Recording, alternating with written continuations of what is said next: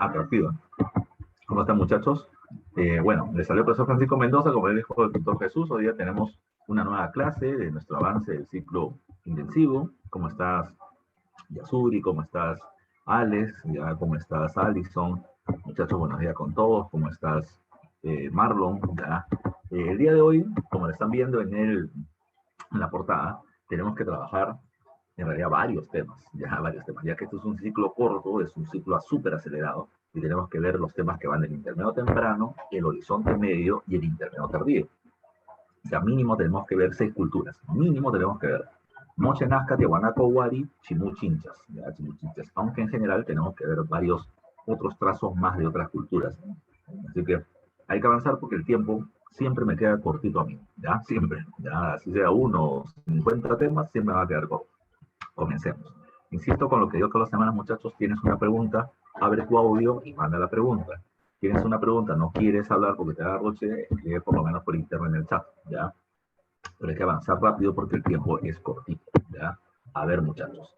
Primero, recuerden que la semana anterior hemos hablado del periodo formativo, como lo plantea Lumbreras, el cual lo termina dividiendo en 3 etapas.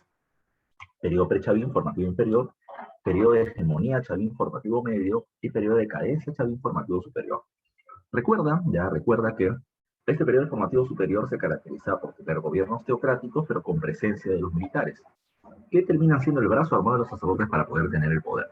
También les decía que en este periodo, poco a poco, las sociedades de este periodo van a ir deschavinizándose. Es decir, al principio tienen una clara influencia de la cultura chavín, que lo vimos en las preguntas 9 y 10, porque en Paracas Cavernas se observa la figura de dioses con características felínicas, pero en el paso del tiempo se va a ir generando una mayor progresiva autonomía cultural, artística, religiosa, lo cual se puede observar a través de su presencia en cerámica, escultura, textilería y demás, ¿ya?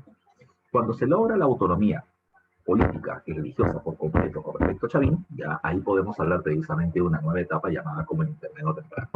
El intermedio temprano se desarrolla entre el 200 a.C. y el 700 después de Cristo, y recuerden que hay cambios. ¿Quién llama a este periodo intermedio?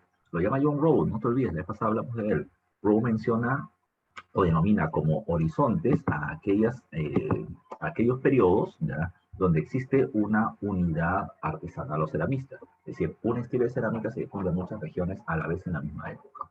Y los intermedios terminan siendo, como lo puedes ver en esa línea de tiempo, el periodo que está entre los horizontes.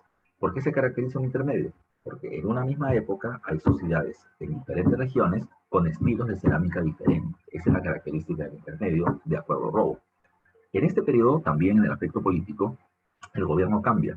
Ya no son gobiernos teocráticos o dirigidos por sacerdotes, sino son teocráticos militaristas. Sacerdotes y militares comparten el poder, aunque va a depender de la sociedad en la que hablemos, ¿ya? En Nazca más poder tienen los militares y en Tiahuanaco más poder tienen los sacerdotes, ¿ya? Otro punto es que a este periodo Julius Baer lo termina llamando como el periodo de los maestros artesanos. ¿Qué significa ya el periodo de los maestros artesanos? Significa que en esta época los pueblos van a terminar teniendo un desarrollo cultural diferente, lo cual se termina observando en las artesanías diferentes, pero en un alto grado de desarrollo, ¿ya? Se menciona que en esta época está la mejor producción cerámica de todo el Perú prehispánico, sobre todo por pueblos como Mochica y Nazca. Moche tiene, por ejemplo, los huacos retratos, entre los huacos eróticos, ¿ya? Y Nazca no tiene los huacos eróticos, pero tiene huacos con 16 colores, la policromía. Tiahuanaco no tiene ni huacos eróticos ni tanta policromía, pero tiene los vasos de boca ancha o quesos. Cada uno de ellos, repito, tiene una estructura cultural, ya, de alto nivel, pero diferenciada por regiones. Y la otra característica importante es esta. Recuerden que Chavín fundamentó su poder ¿en qué? En el conocimiento astronómico de sus sacerdotes, pero también en la difusión de la tecnología de los canales de radio. ¿Ya?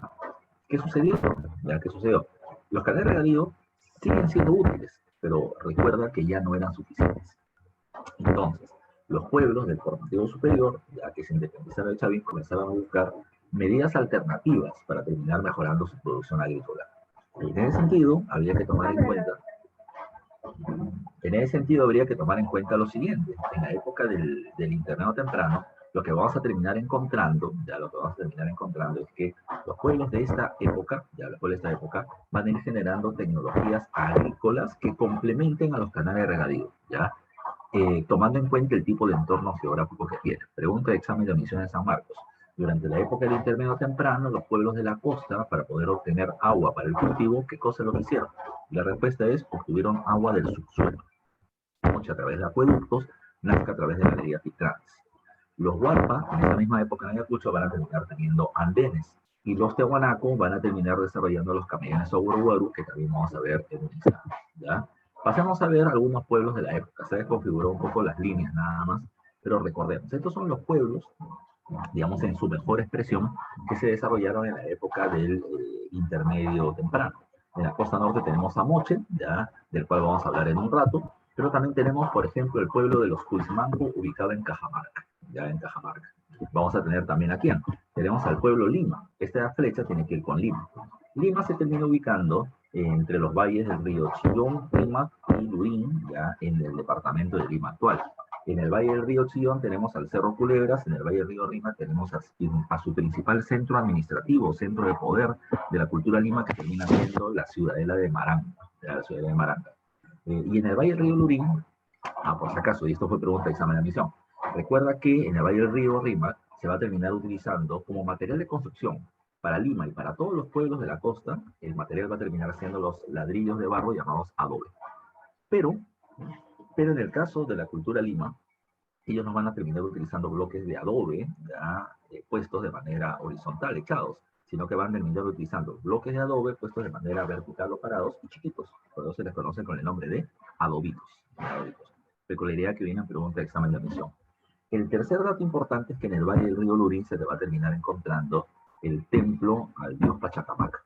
Pachacamac es el dios de los movimientos telúricos o de los temblores, pero además de eso se va a destacar por ser un reconocido oráculo, predictor del futuro, no del clima, ya, sino de lo que le podría pasar a los pueblos y a los gobernantes, ya, y por eso va a terminar siendo visitado por mucha población.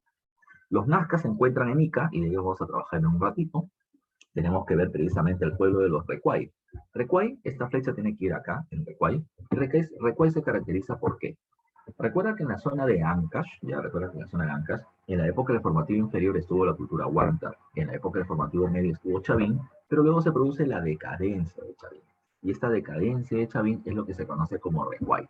Entre el formativo superior y el internado temprano, Recuay termina siendo la fase de decadencia de la cultura Chavín ubicada en Ancash, específicamente en el callejón de Huaylas.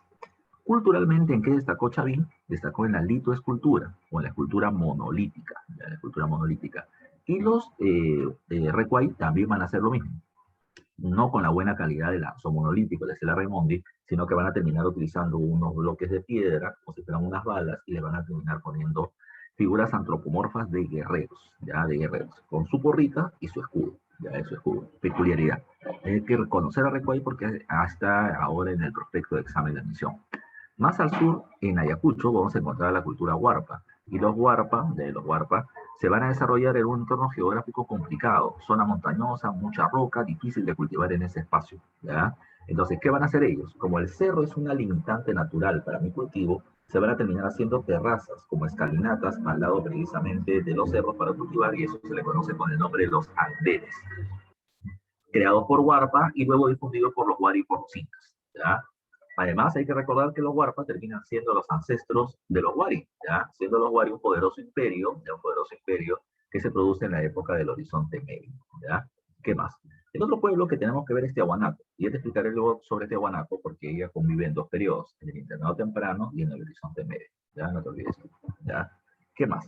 Comencemos a hablar de culturas, repito, acelerados nomás porque el tiempo no nos queda.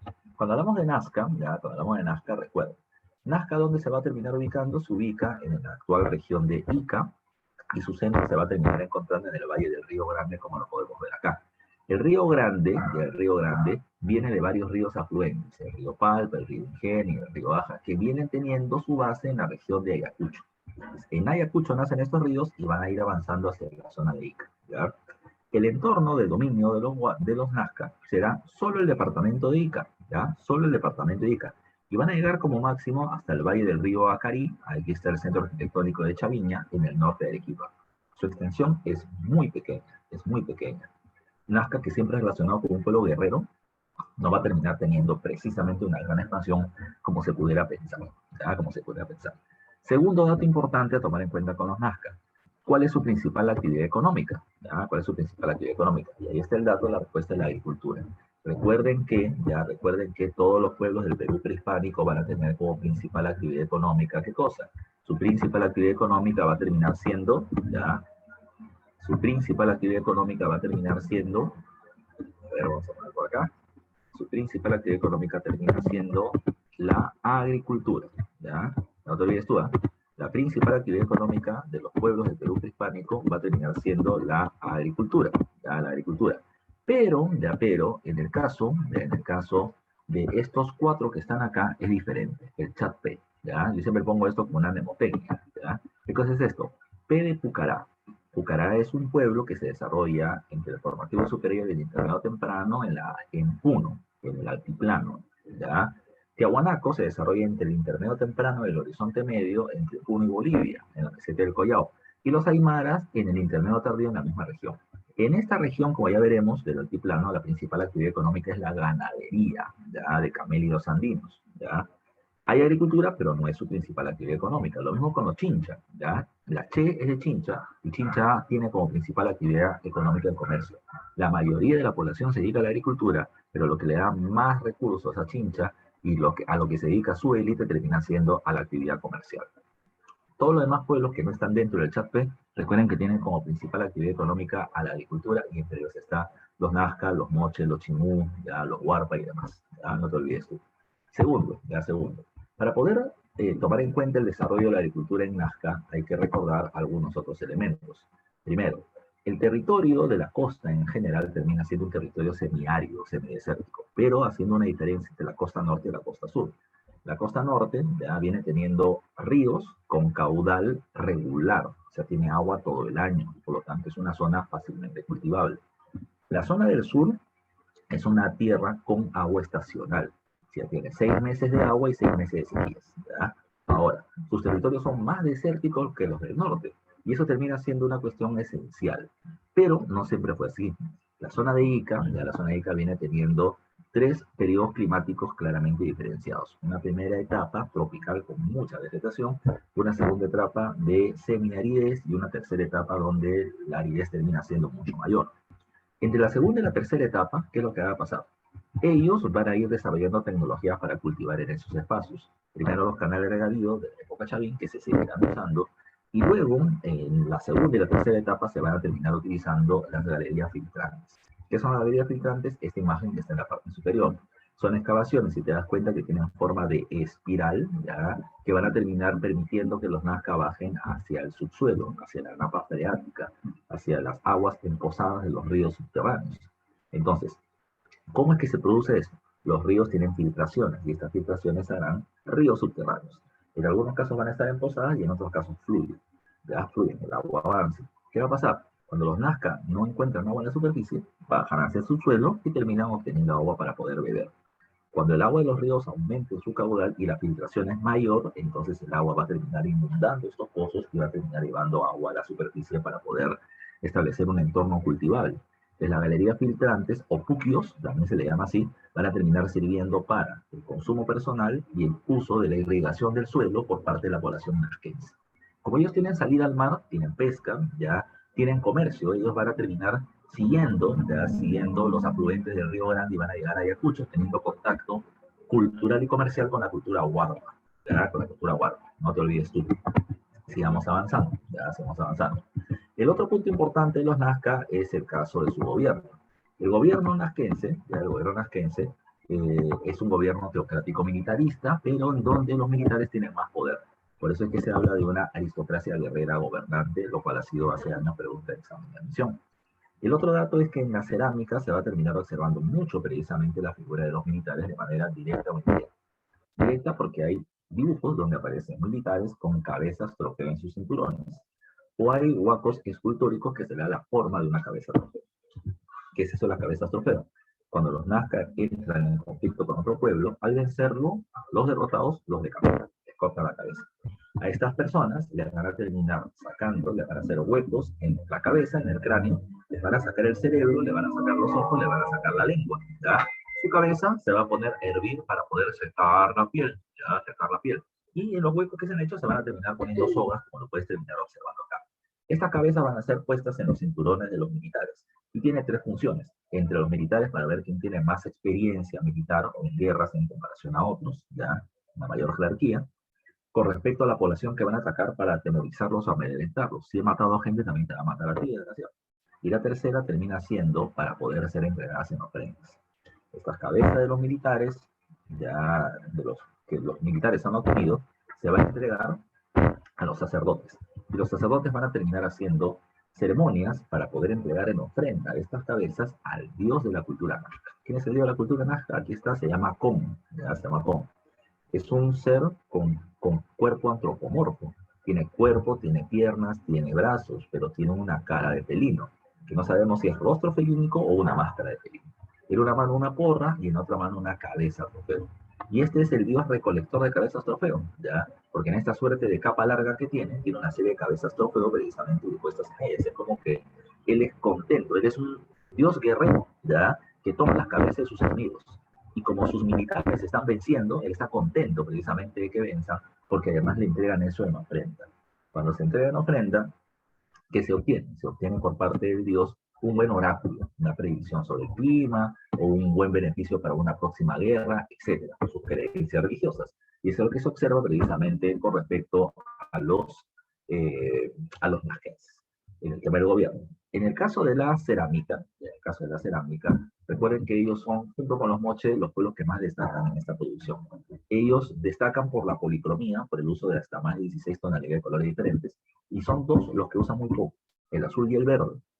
Para ellos el mar era un ser sagrado, y el mar es azul, pero tiene tonos verdosos, ya, o turquesas. Entonces, el color azul y verde, al ser un color sagrado del mar, solo se usaba para fines sacros, ya sea para poder representar figuras religiosas o para poder establecer elementos ligados, ya ligados a ceremonias fúnebres. O sea, todo lo que sea con la otra vida, con las almas, con los dioses, se puede representar. Un elemento común y corriente no puede estar ligado precisamente al uso de estos colores sagrados, ¿ya? No te olvides tú. ¿Qué más? Otra característica, ¿ya? Otra característica de la cerámica es que su superficie es pintada por completo, ¿ya? ¿No? ¿Ya? La cerámica es pintada por completo en su superficie, ¿ya? ¿Eso qué significa? Eso que significa que ningún espacio, ¿ya? De la superficie va a terminar estando dejado sin pintar, ¿ya? Sin pintar. Y eso se le conoce con el nombre de la técnica del horror al vacío, ¿ya? No te olvides tú. ¿Por qué se le llama así? Los psicoanalistas piensan, ya piensan, de que si yo dejaba un espacio sin pintar, era como dejarle un espacio para que los seres del mundo de los muertos entren al mundo de los vivos y nos lleven, y nos maten, ¿ya? Entonces, que le tenían pánico al no terminar, ya, o al dejar algún espacio sin pintar, ¿ya? La otra característica que puedes ver es que la cerámica tiene doble pico y asa puente, como la que venía teniendo los Paracas, porque Nazca termina siendo heredero de Paracas Necrópolis, ¿ya? No te olvides tú. ¿Qué más? ¿Ya? ¿Qué más? Recuerda, como tercer dato importante, ¿ya? De que ellos destacan por lo pictórico sobre lo escultórico. ¿Qué es lo pictórico? Lo pictórico termina siendo el uso de colores y dibujos, y lo escultórico es la forma. Entonces, recuerda, mira este guapo que está acá, ¿ya? Se le ha dado la forma, de un ave, ¿ya? Eso es lo escultórico, tiene la forma de lo que se quiere representar. Tiene patitas, tiene cabeza, tiene pico, tiene el cuerpo como de un ave. Pero sobre la escultura se han terminado poniendo dibujos y colores para terminar diferenciando su pico, sus ojos, sus patas, sus plumas, sus alas, ¿ya? Sus alas. Entonces, eso es precisamente lo que ellos destacan, por destacar, ¿ya? Por la escultura pintada con una policromía, con diferentes imágenes y colores, ¿ya? Eso es lo particular, ¿ya? Ahora, además de esto, hay que tomar en cuenta el caso de la arquitectura. Ya te dije, esto es un dato. Todos los pueblos de la costa prehispánica van a terminar utilizando como material base el adobe. Y en el caso de los Nazca, ellos van a terminar teniendo como su principal centro de gobierno y además centro de culto religioso, van a terminar teniendo la ciudadela de Cahuachi. Pregunta de examen de admisión antigua también. Cahuachi es el mayor centro administrativo de la cultura Nazca. Es algo así como su capital. Ahora, se menciona también que en el paso del tiempo, ya en el paso del tiempo hay un cambio. ¿Qué va a pasar? Como Nazca va a ir creciendo en territorios y población, se requería una ciudad más moderna, más grande como centro de poder, y esta va a terminar siendo la ciudad de la Tinguina, ¿ya? La Tinguina. Y Cahuachi se convirtió solamente en una ciudad religiosa, ¿ya? En una ciudad de peregrinaje. ¿A qué me refiero con peregrinaje? Que la gente de la cultura nazca viajaba desde diferentes lugares en una temporada del año a terminar dando ofrendas a sus dioses y a sus ancestros, que supuestamente ahí se terminaban encontrando, ¿ya? No te olvides tú, es un centro urbano de gobierno y a la vez es un centro religioso, ¿ya? Es un centro religioso, es un centro de peregrinación. Como le dije, además de Cahuachi, destaca Estaquería y La Tinguina, que van a ser otras dos ciudades importantes. Y las construcciones de Nazca van a terminar siendo especialmente destacadas. ¿Por qué? Porque ellos van a tener un urbanismo planificado. ¿Qué significa urbanismo planificado? Significa de que las ciudades van a terminar siendo construidas no al azar, ¿ya? Sino que van a terminar siendo construidas, repito, con un diseño, ¿ya? ¿Cuál es el diseño de la construcción de los Nazca? El diseño de la construcción nazquense es bien simple, es bien simple. Ellos van a terminar teniendo un pequeño centro de recaudación de impuestos, ¿ya? Un centro de recaudación de impuestos, acá. Ellos van a terminar teniendo un centro de gobierno donde están sus líderes, ¿ya? Ellos van a terminar teniendo un templo, ¿ya? Un templo, una fortaleza militar, ¿ya? Aquí está la vivienda de sus artesanos, ya disculpa, la vivienda de los nobles, y aquí está la vivienda de los artesanos, ¿ya?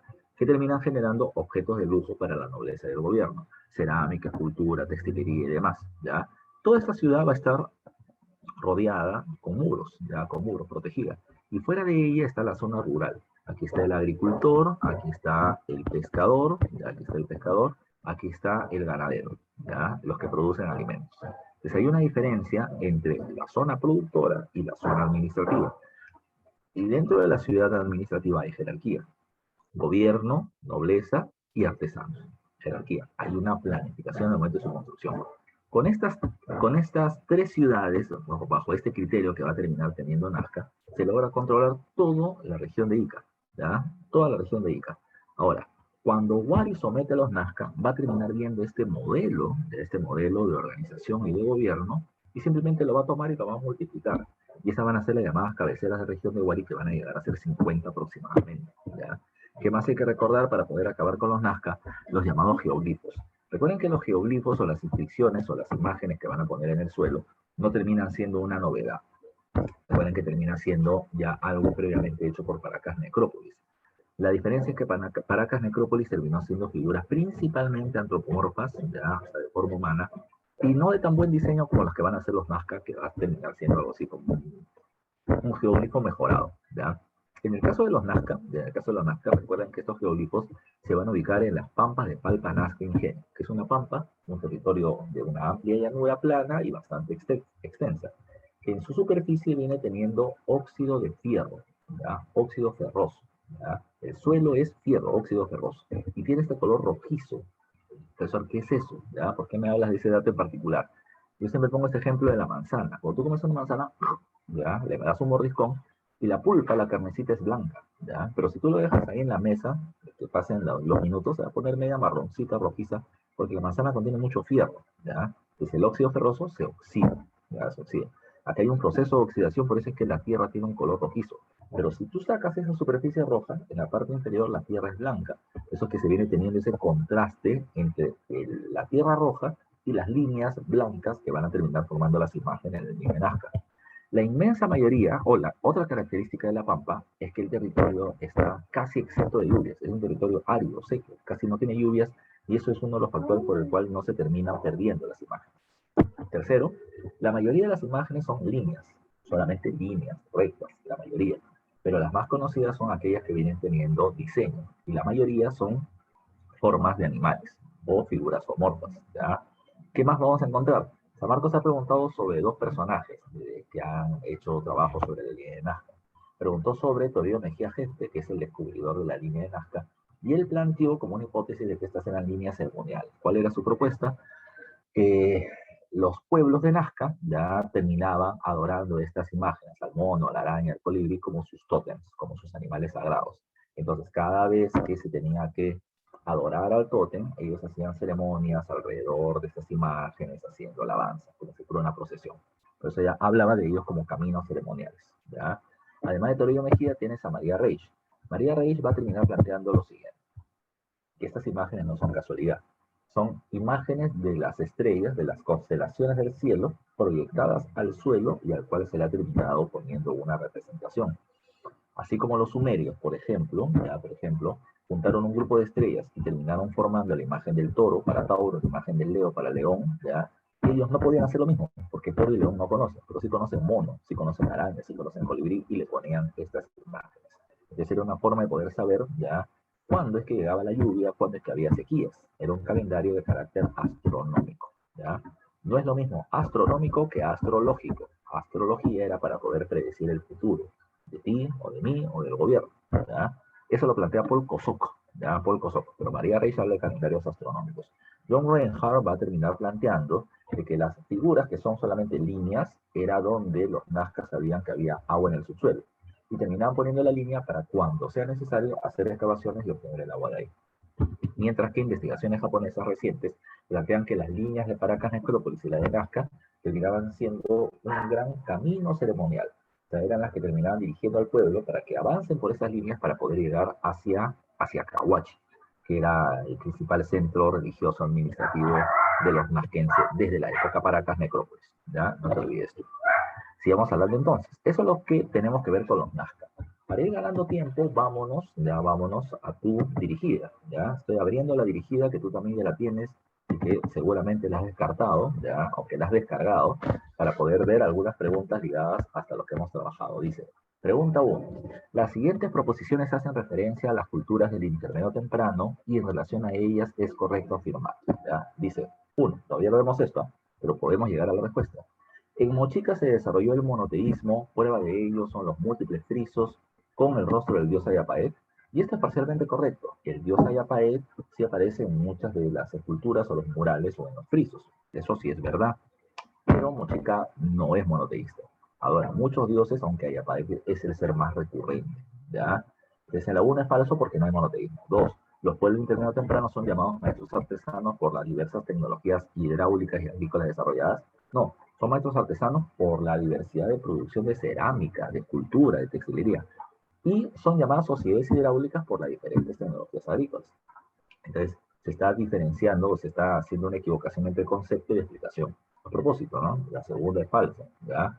Tercero, si sabemos que la 1 y la 2 son falsas, entonces la clave no puede ser ni A ni C, porque contienen 1 y 2, ¿ya? La clave podría ser B o dedo, ¿ya? Ahora dice la 3, la cerámica mochica es de carácter realista, pues en ella muestra sus prácticas productivas, sus creencias religiosas y sus acciones cotidianas, ¿ya? Lo vamos a ver en un rato, que eso sí es verdadero, y dice, Recuay, al igual que Chavín anteriormente, destacó en la producción de libre escultura o escultura en piedra, pero ahora mostrando imágenes de guerreros, eso también es correcto, la clave es la B, ¿ya? Las preguntas son sobre Moche, ¿ya? Sobre Moche todavía no hemos terminado trabajando, ¿ya? Pero hay algunas preguntas acá sobre Nazca que quiero terminar utilizando para dentro de un momentito. A ver, vamos a bajar para ver las preguntas de Nazca que hemos estado trabajando ahorita. Dice 3. Múltiples son las interpretaciones sobre las líneas o geoglifos desarrolladas por Nazca. En ese sentido, la defensa del uso de la misma como un calendario astronómico fue sostenida por ¿quién? ¿Quién plantea que las líneas de Nazca son un calendario astronómico? Y la respuesta termina siendo la señora María Reich. No te olvides tú. Ya no te olvides tú. En la 3 la clave es la B de besito. A ver, 4. Las denominadas cabezas trofeo. Acabamos de hablar de ellas. Tuvieron doble función, una militar y otra religiosa. Establezca tales características de la siguiente lista de afirmaciones. 1. Se entrega como prendas al dios Con buscando recibir buenos oráculos. Eso termina siendo correcto. La 1 está bien. Ya, la 1 está bien. Mostró su carácter de imperio panandino. No. Nazca no es un imperio panandino. Para que un pueblo sea llamado imperio, como lo va a ser Wari, necesita tener un ejército, una gran expansión territorial, una ciudad capital y ciudades administrativas, ¿ya? Y Nazca lo que no tiene es una gran expansión territorial, porque solamente se queda en Ica. Entonces la 2 no puede ser. La 3, amedrentar a otros pueblos mostrando las cabezas de los enemigos derrotados. Claro, terminaba siguiendo para atemorizar. Entonces la 3 también termina siendo correcta, ¿ya? Dice, y la 4 dice, recibir ofrendas de vidas humanas pacíficamente de pueblos subordinados. O sea, cuando llegan los Nazca, la población a la que llegan dice, por ti Nazca, y se cortan la cabeza. No, eso no pasa, ¿ya? Pacíficamente no va a terminar pasando. Entonces la clave es la 1 y la 3 y eso lo encontramos en la B de besito. Ya en la B de besito. Muy bien. Vamos a dejar nuevamente esto de lado y nos vamos a la diapositiva nuevamente para poder hablar de los mochitos. Ya, para poder hablar de los moches. Moche, ya moche, recuerden que se llama Moche, ya Moche, eh, para poder diferenciarlo de la lengua muchica o mochica, ¿ya? Y los autores que lo llaman mochica es porque prefieren llamarlo así, ya que el moche termina siendo el nombre de un río, y la cultura moche no se desarrolla solamente en este río, sino en una extensión territorial mucho mayor. No importa si es moche o mochica, igual, ya igual lo vamos a terminar denominando nosotros. ¿Dónde se ubica la cultura moche mochica? Su centro se ubica en la región de La Libertad, entre los valles del río Mochica y Chicama, ¿ya? Por eso el nombre Mochica, Mo por Moche, Chica por Chicama, Chica, ya, Mochica. Segundo, su extensión territorial va a terminar abarcando toda la costa norte, desde el río Piura, como lo podemos ver por acá, desde el río Piura pasando por Piura, Lambayeque, ya, Lambayeque, La Libertad, y va a terminar llegando hasta Ancash, ya, hasta el río Nepeña, ya. Ahora, esa es su extensión, es un pueblo costeño, ya es un pueblo costeño de la zona norte. ¿Tiene alguna zona de la montaña? Sí, pero no hasta más de 1000 metros de altura. Por eso termina siendo un espacio reducido, ya geográficamente.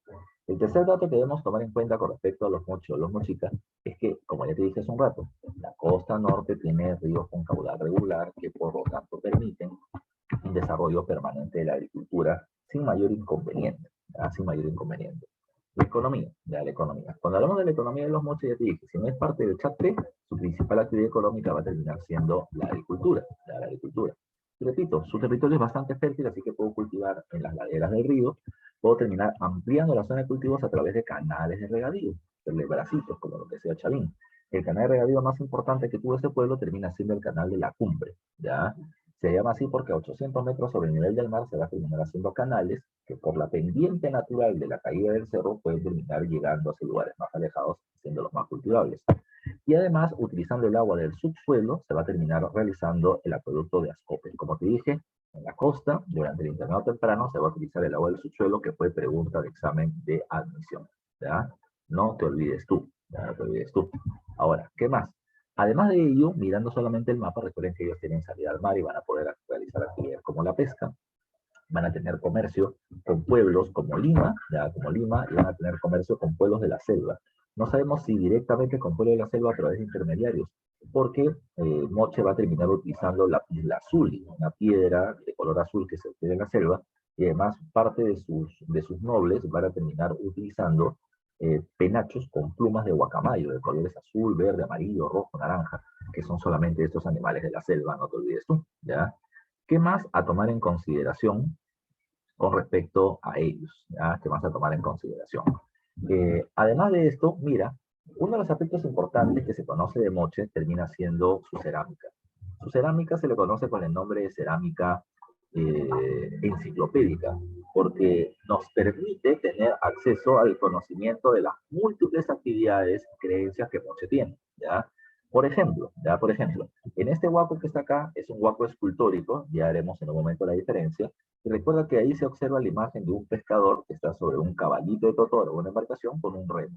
Se le da la forma exacta de cómo es que terminan utilizando ese tipo de herramientas, ¿ya? Pero también recuerda que hay huacos iconográficos en donde se dibuja lo que se quiere representar.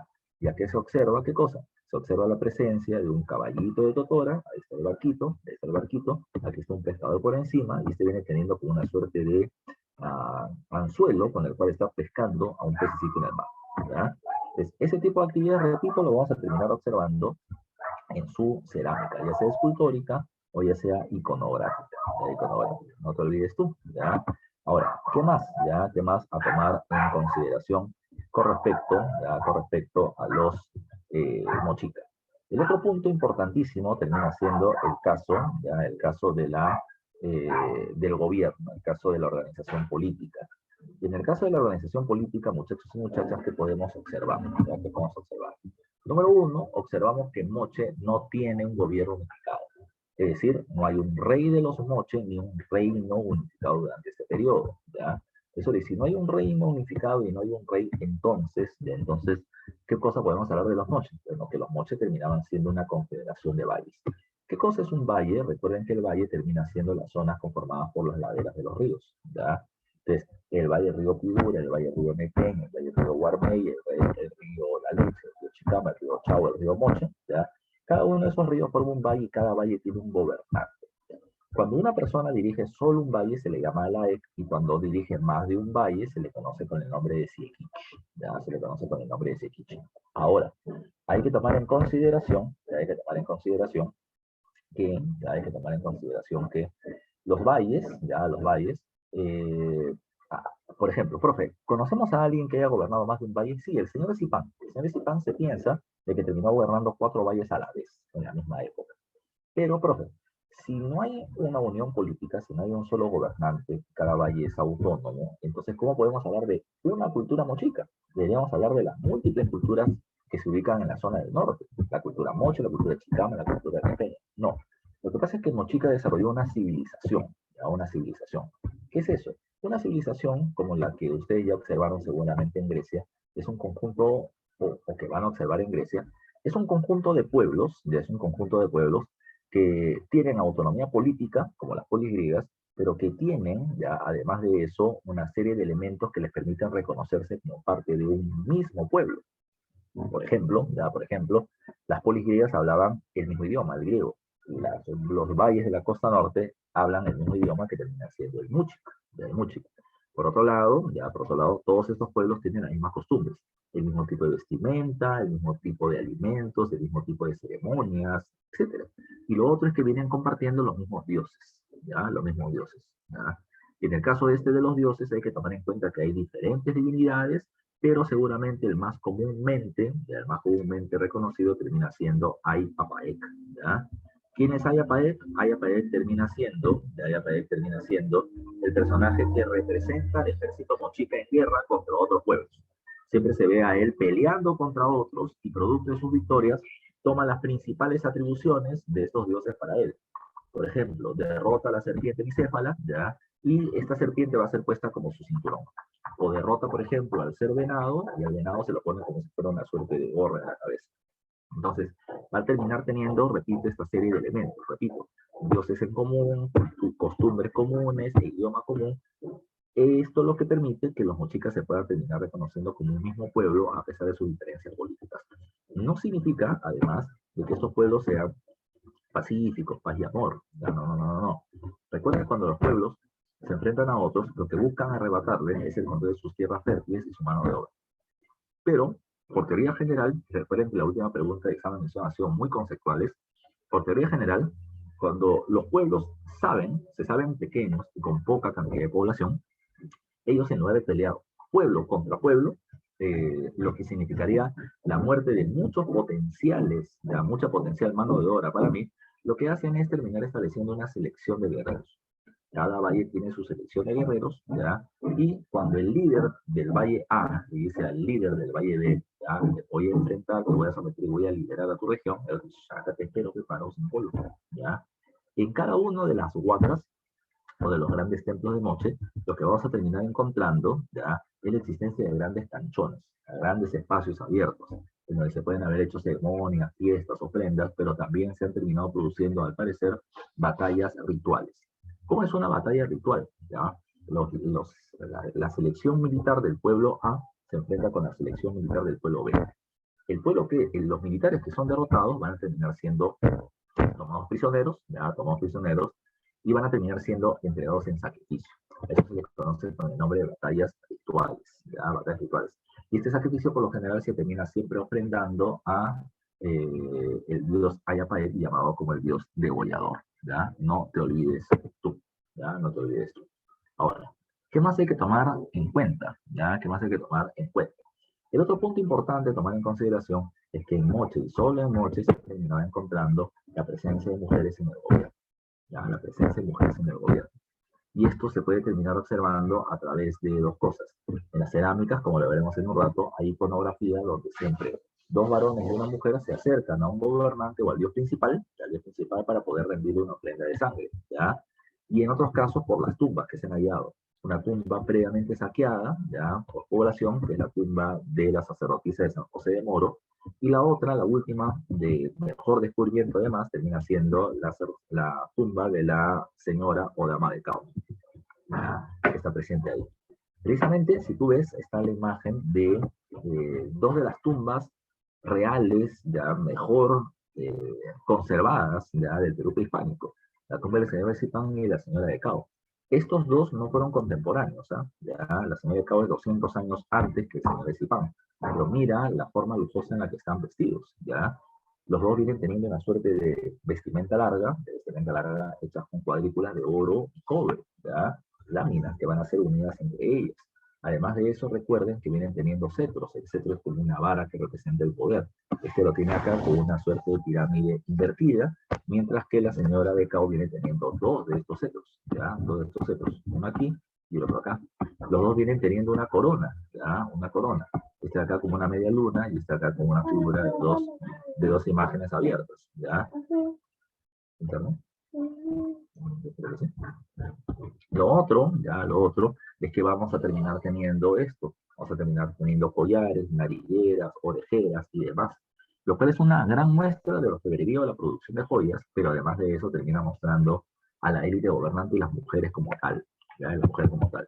Recuerda, en otras sociedades las mujeres podían ser las influyentes esposas de algún líder. ¿Ya?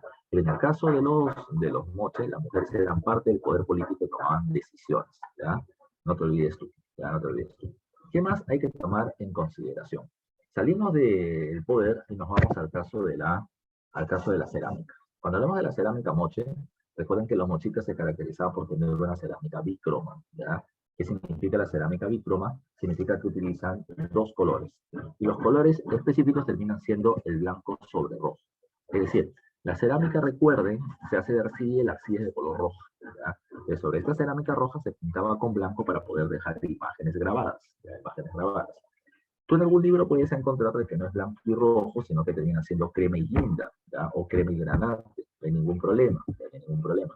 Lo que pasa es que no es un color blanco albino, es un color blanco tirando para amarillo, ¿ya? Lo llaman blanco homo, blanco hueso o crema, y el rojo es un color rojo tirando para marrón, ¿ya? Rojo vino, granate o guinda. Así que de cualquiera de esas variantes lo puedes eliminar encontrando. Ahora, su cerámica es realista, y es lo que se estaba poniendo en una pregunta que respondimos hace un rato. ¿Es realista por qué? Porque va a terminar representando cosas de la realidad mochica, sus actividades económicas, sus creencias religiosas, sus ceremonias, lo que cultivaban, lo que comían, los animales que veían. Todo lo van a terminar representando. Por eso es realista. Y es documental porque nos va a terminar permitiendo saber cómo es que ellos se organizan. ¿Ya? Cómo es que ellos se organizan. Ahora, la cerámica o huacos pueden ser de dos tipos. Tenemos a los huacos iconográficos o pictográficos. Icono ya hace referencia a un dibujo o imagen. ¿Ya? ¿Recuerda? Icono hace referencia a un dibujo o imagen. Entonces, ellos en la superficie de sus cerámicas terminaban haciendo un dibujo, ¿ya? Terminaban haciendo un dibujo o un conjunto de dibujos que terminaban representando alguna actividad o creencia de los mexicas. En ese sentido, tomen en cuenta ustedes, muchachos y muchachas, ¿ya? Que ellos van a terminar teniendo, por ejemplo, este huaco de acá. En este huaco que aparece en la parte inferior izquierda encontramos que en la superficie, ¿ya? En la superficie del cuerpo de la cerámica, de forma redonda o globular, se termina teniendo la imagen de un cazador. Acaba de capturar un ave, ya este personaje. Al costado, ya estamos poniendo la imagen que ha sido pregunta en el último examen de admisión. Se termina encontrando una imagen de sacrificio humano. En la parte inferior derecha vamos a terminar encontrando a una persona desnuda, atada de pies y manos, ¿ya? Que al parecer ha sido uno de estos militares que han terminado siendo derrotados o sometidos, y una persona de mayor vestimenta que le está poniendo un tumio cuchillo ceremonial en el cuello. En la otra imagen se ve esta persona que ya se está poniendo negra, como si estuviera poniendo morado, está ahogando, se está muriendo, está perdiendo sangre. Y está acá, en un estado así de éxtasis, ve cómo cae la sangre del cuello y cómo es que esta va a terminar llegando hacia una copa. Copa que luego va a terminar siendo entregada hacia esta persona de mayor tamaño, que podría ser el líder del valle o que podría ser ya la representación de Ay Apaek. ¿Ya? En esta imagen se ve además, cómo cerca a este líder hay tres personas, hombre, mujer, ¿ya? Dos varones y una mujer que muestran precisamente el poder de las mujeres dentro de la élite de los mochicas, ¿ya? No te olvides tú. ¿Qué más hay que tomar en consideración? ¿Ya? ¿Qué más hay que tomar en consideración? Además de ello, tenemos el caso del otro tipo de cerámica, la cerámica escultórica. Ella se le llama así a la cerámica a la que se le da forma de lo que se quiere representar. Ya no es que dibujo sobre la superficie de la cerámica, sino que le voy a dar la forma de lo que yo quiero representar. Quiero representar un felino, le pongo la forma de felino, con su cabecita, sus orejitas, sus patitas, sus colmillos, ¿ya? Quiero representar una serpiente, igualito. Quiero representar un camote, le pongo la forma de camote, porque hasta eso hace. Dentro de la cerámica escultórica hay dos tipos de huacos, ¿ya? Tenemos los llamados huacos retratos, ¿ya? En donde se van a terminar poniendo no solo imágenes de rostros, como los que están acá, ¿ya? Ya no solamente imágenes de rostros, con el tocado, esta suerte de gorrita que se ponen en la cabeza, sino que si te das cuenta, dos de ellos, el del centro y el de tu mano izquierda, tienen perforaciones en las orejas, el de medio viene teniendo como adornos en su gorrita con figuras de aves, etcétera. Puedes ver precisamente las características del rostro de los moches. Vienen teniendo pómulos sobresalientes, ojos medios rasgados, ¿ya? Características paleomongolas, ¿ya? Que se pueden observar en ellos. Pero además, no solamente son rostros, pueden ser cuerpos enteros de este guerrero con su porra y con su escudo, pueden ser cuerpos enteros de sacerdotes, pueden ser cuerpos enteros de personas sacrificadas, pueden ser cuerpos enteros, ya cuerpos enteros de campesinos, de pescadores, como el que te mostré hace un rato, el que estaba sobre su caballito de doctora. Puede ser también ya de animales, de frutas, de vegetales, como esta chirimoya que aparece acá, o de personas que tienen algún tipo de enfermedad o carencia física. Por ejemplo, acá se ve una persona que no tiene ojos, ya que no tiene ojos, al parecer es un sacerdote ciego. Pero así como está ello, también podría ser una persona que tiene labio leporino o que tiene puta, se le va cayendo la piel del cuerpo, como una lepra. Todo eso lo van a terminar representando, ¿ya? Pero así como están los huacos retratos, están los huacos eróticos. Los huacos eróticos representan la sexualidad en sus diferentes aspectos, como les estoy poniendo yo acá. ¿Y por qué digo sexualidad en diferentes aspectos? Porque se va a terminar encontrando, por ejemplo, este huaco donde aparece un hombre teniendo relaciones sexuales con una mujer en una posición normal, como es el bloque ahora se va a mencionar. Pero también van a terminar apareciendo hombres y mujeres teniendo sexo en posiciones un poco más acrobáticas. O sexo grupal, dos hombres y una mujer, dos mujeres y un hombre. ¿Ya? Se va a terminar observando, además de eso, huacos zoofílicos, hombres teniendo relaciones sexuales con llamas. O se va a terminar teniendo huacos eh, se me va el nombre, huacos homosexuales, donde se ven hombres teniendo relaciones sexuales entre ellos, ¿ya? O se termina observando necrofilia, ¿ya? Teniendo sexo con muertos. Este caso en particular es el que está en esta imagen. En esta imagen, mira tú, se termina observando a una mujer que está besándose con otra persona. Esta persona es un cadáver, mira, ya, es una calavera, pero lo está masturbando, ya, mira acá que viene teniendo penes humanos, ya. Ahora, profe, ¿y por qué representan eso? No es que esta mujer enferma ya termine desenterrando a su esposo y lo masturbe un rato y luego lo entierre de nuevo. No es así. Sino que te están mostrando la relación matrimonial post-mortem, como le estoy poniendo ahí en el concepto arriba. Es decir, a pesar de que uno de los miembros de la pareja ha fallecido, la relación de pareja no se disuelve. Ellos siguen siendo esposos en esta y en la próxima vida. ¿Ya? No te olvides tú. Ya no te olvides tú. ¿Qué más hay que tomar en cuenta? También hay que tomar en cuenta el culto que se hace a la fertilidad. Por ejemplo, los artistas de algunos pueblos, ¿qué es lo que van a terminar haciendo? ¿Ya? Van a terminar estableciendo, por ejemplo, la figura de hombres con penes gigantescos, ¿ya? Con penes gigantescos. Y en esta, ¿qué cosa se quiere representar? El aparato reproductor masculino como generador de vida, ¿ya? Y por otro lado, aparecen mujeres con vaginas gigantescas, que son mujeres que han terminado dando a luz, ¿ya? No es la esposa de ese hombre que mostró su fotografía, ¿ya? Ahora, todo esto es parte de la sexualidad, insisto. ¿Por qué decimos que son huacos realistas? Porque homosexuales hay, hubieron y existirán. Y los moches los ven y los ven, ¿ya? Porque hay gente que tiene sexo con animales. No estoy diciendo que ni tú ni yo lo hagamos, pero hay que tomar en cuenta que gente sí lo hace. Y como los moches lo ven, lo representan. Todo lo que ven en la realidad, o lo que ellos creen como parte de su religiosidad, lo van a terminar representando en su cerámica. No te olvides. ¿Qué más? ¿Qué más? El otro punto a tomar en cuenta es la arquitectura. Si Moche está en la costa, ya sabes que el material es el adobe, aunque los pueblos van a estar obligados a tributar en adobe al gobierno, que se llama adobes tributarios, ¿ya? Y cada pueblo, además, cada familia terminaba poniéndole una marca, ¿ya? Terminaba poniéndole una marca a sus cerámicas o a sus adobes producidos para que no le cobren todo, ¿ya? A ver, ¿qué más hay que tomar en cuenta? El otro punto a tomar en consideración termina siendo el caso de los centros urbanos ceremoniales, ¿ya? Los templos o las construcciones de Mochica son eso, son ciudades que también tienen templos, ¿ya? O sea, centro urbano y centro religioso. Destacando la Huaca del Sol, ya, de la cual no sabemos nada porque está por completo recubierta de tierra, ya, porque no hay financiamiento para poder investigarla. Pero así como está la Huaca del Sol, tenemos la Huaca de la Luna, mucho mejor investigada, con financiamiento privado de la cervecería Bacus, ¿ya? En la cual se va a terminar destacando los frisos o los murales con la figura del dios Ayapaec, que hace un rato les terminé mostrando. Y tanto en la Huaca de la Luna como en la Huaca del Brujo se termina encontrando esta imagen que está acá llamada como la danza de la muerte, ¿ya? Si te das cuenta, acá adelante hay una personita acá, ¿ya? Una personita acá, que tiene en su mano una soga que va a pasar por el cuello de una persona y así están toditos amarrados. A toditos se le está llevando un sacrificio, ¿ya? Un sacrificio. También en la Huaca de la Luna vamos a terminar encontrando la rebelión de los objetos, ¿ya? O la rebelión de los artefactos. Y en esta rebelión de los objetos, ¿qué se encuentra? Una porra, ya una porra, se le ha dado forma humana, brazos, piernas, boquita y demás, y está cargando otra porra. Una porra carga una porra, ¿ya? Y está atacando humanos. Un escudo tiene una porra, ¿ya? ¿Ya?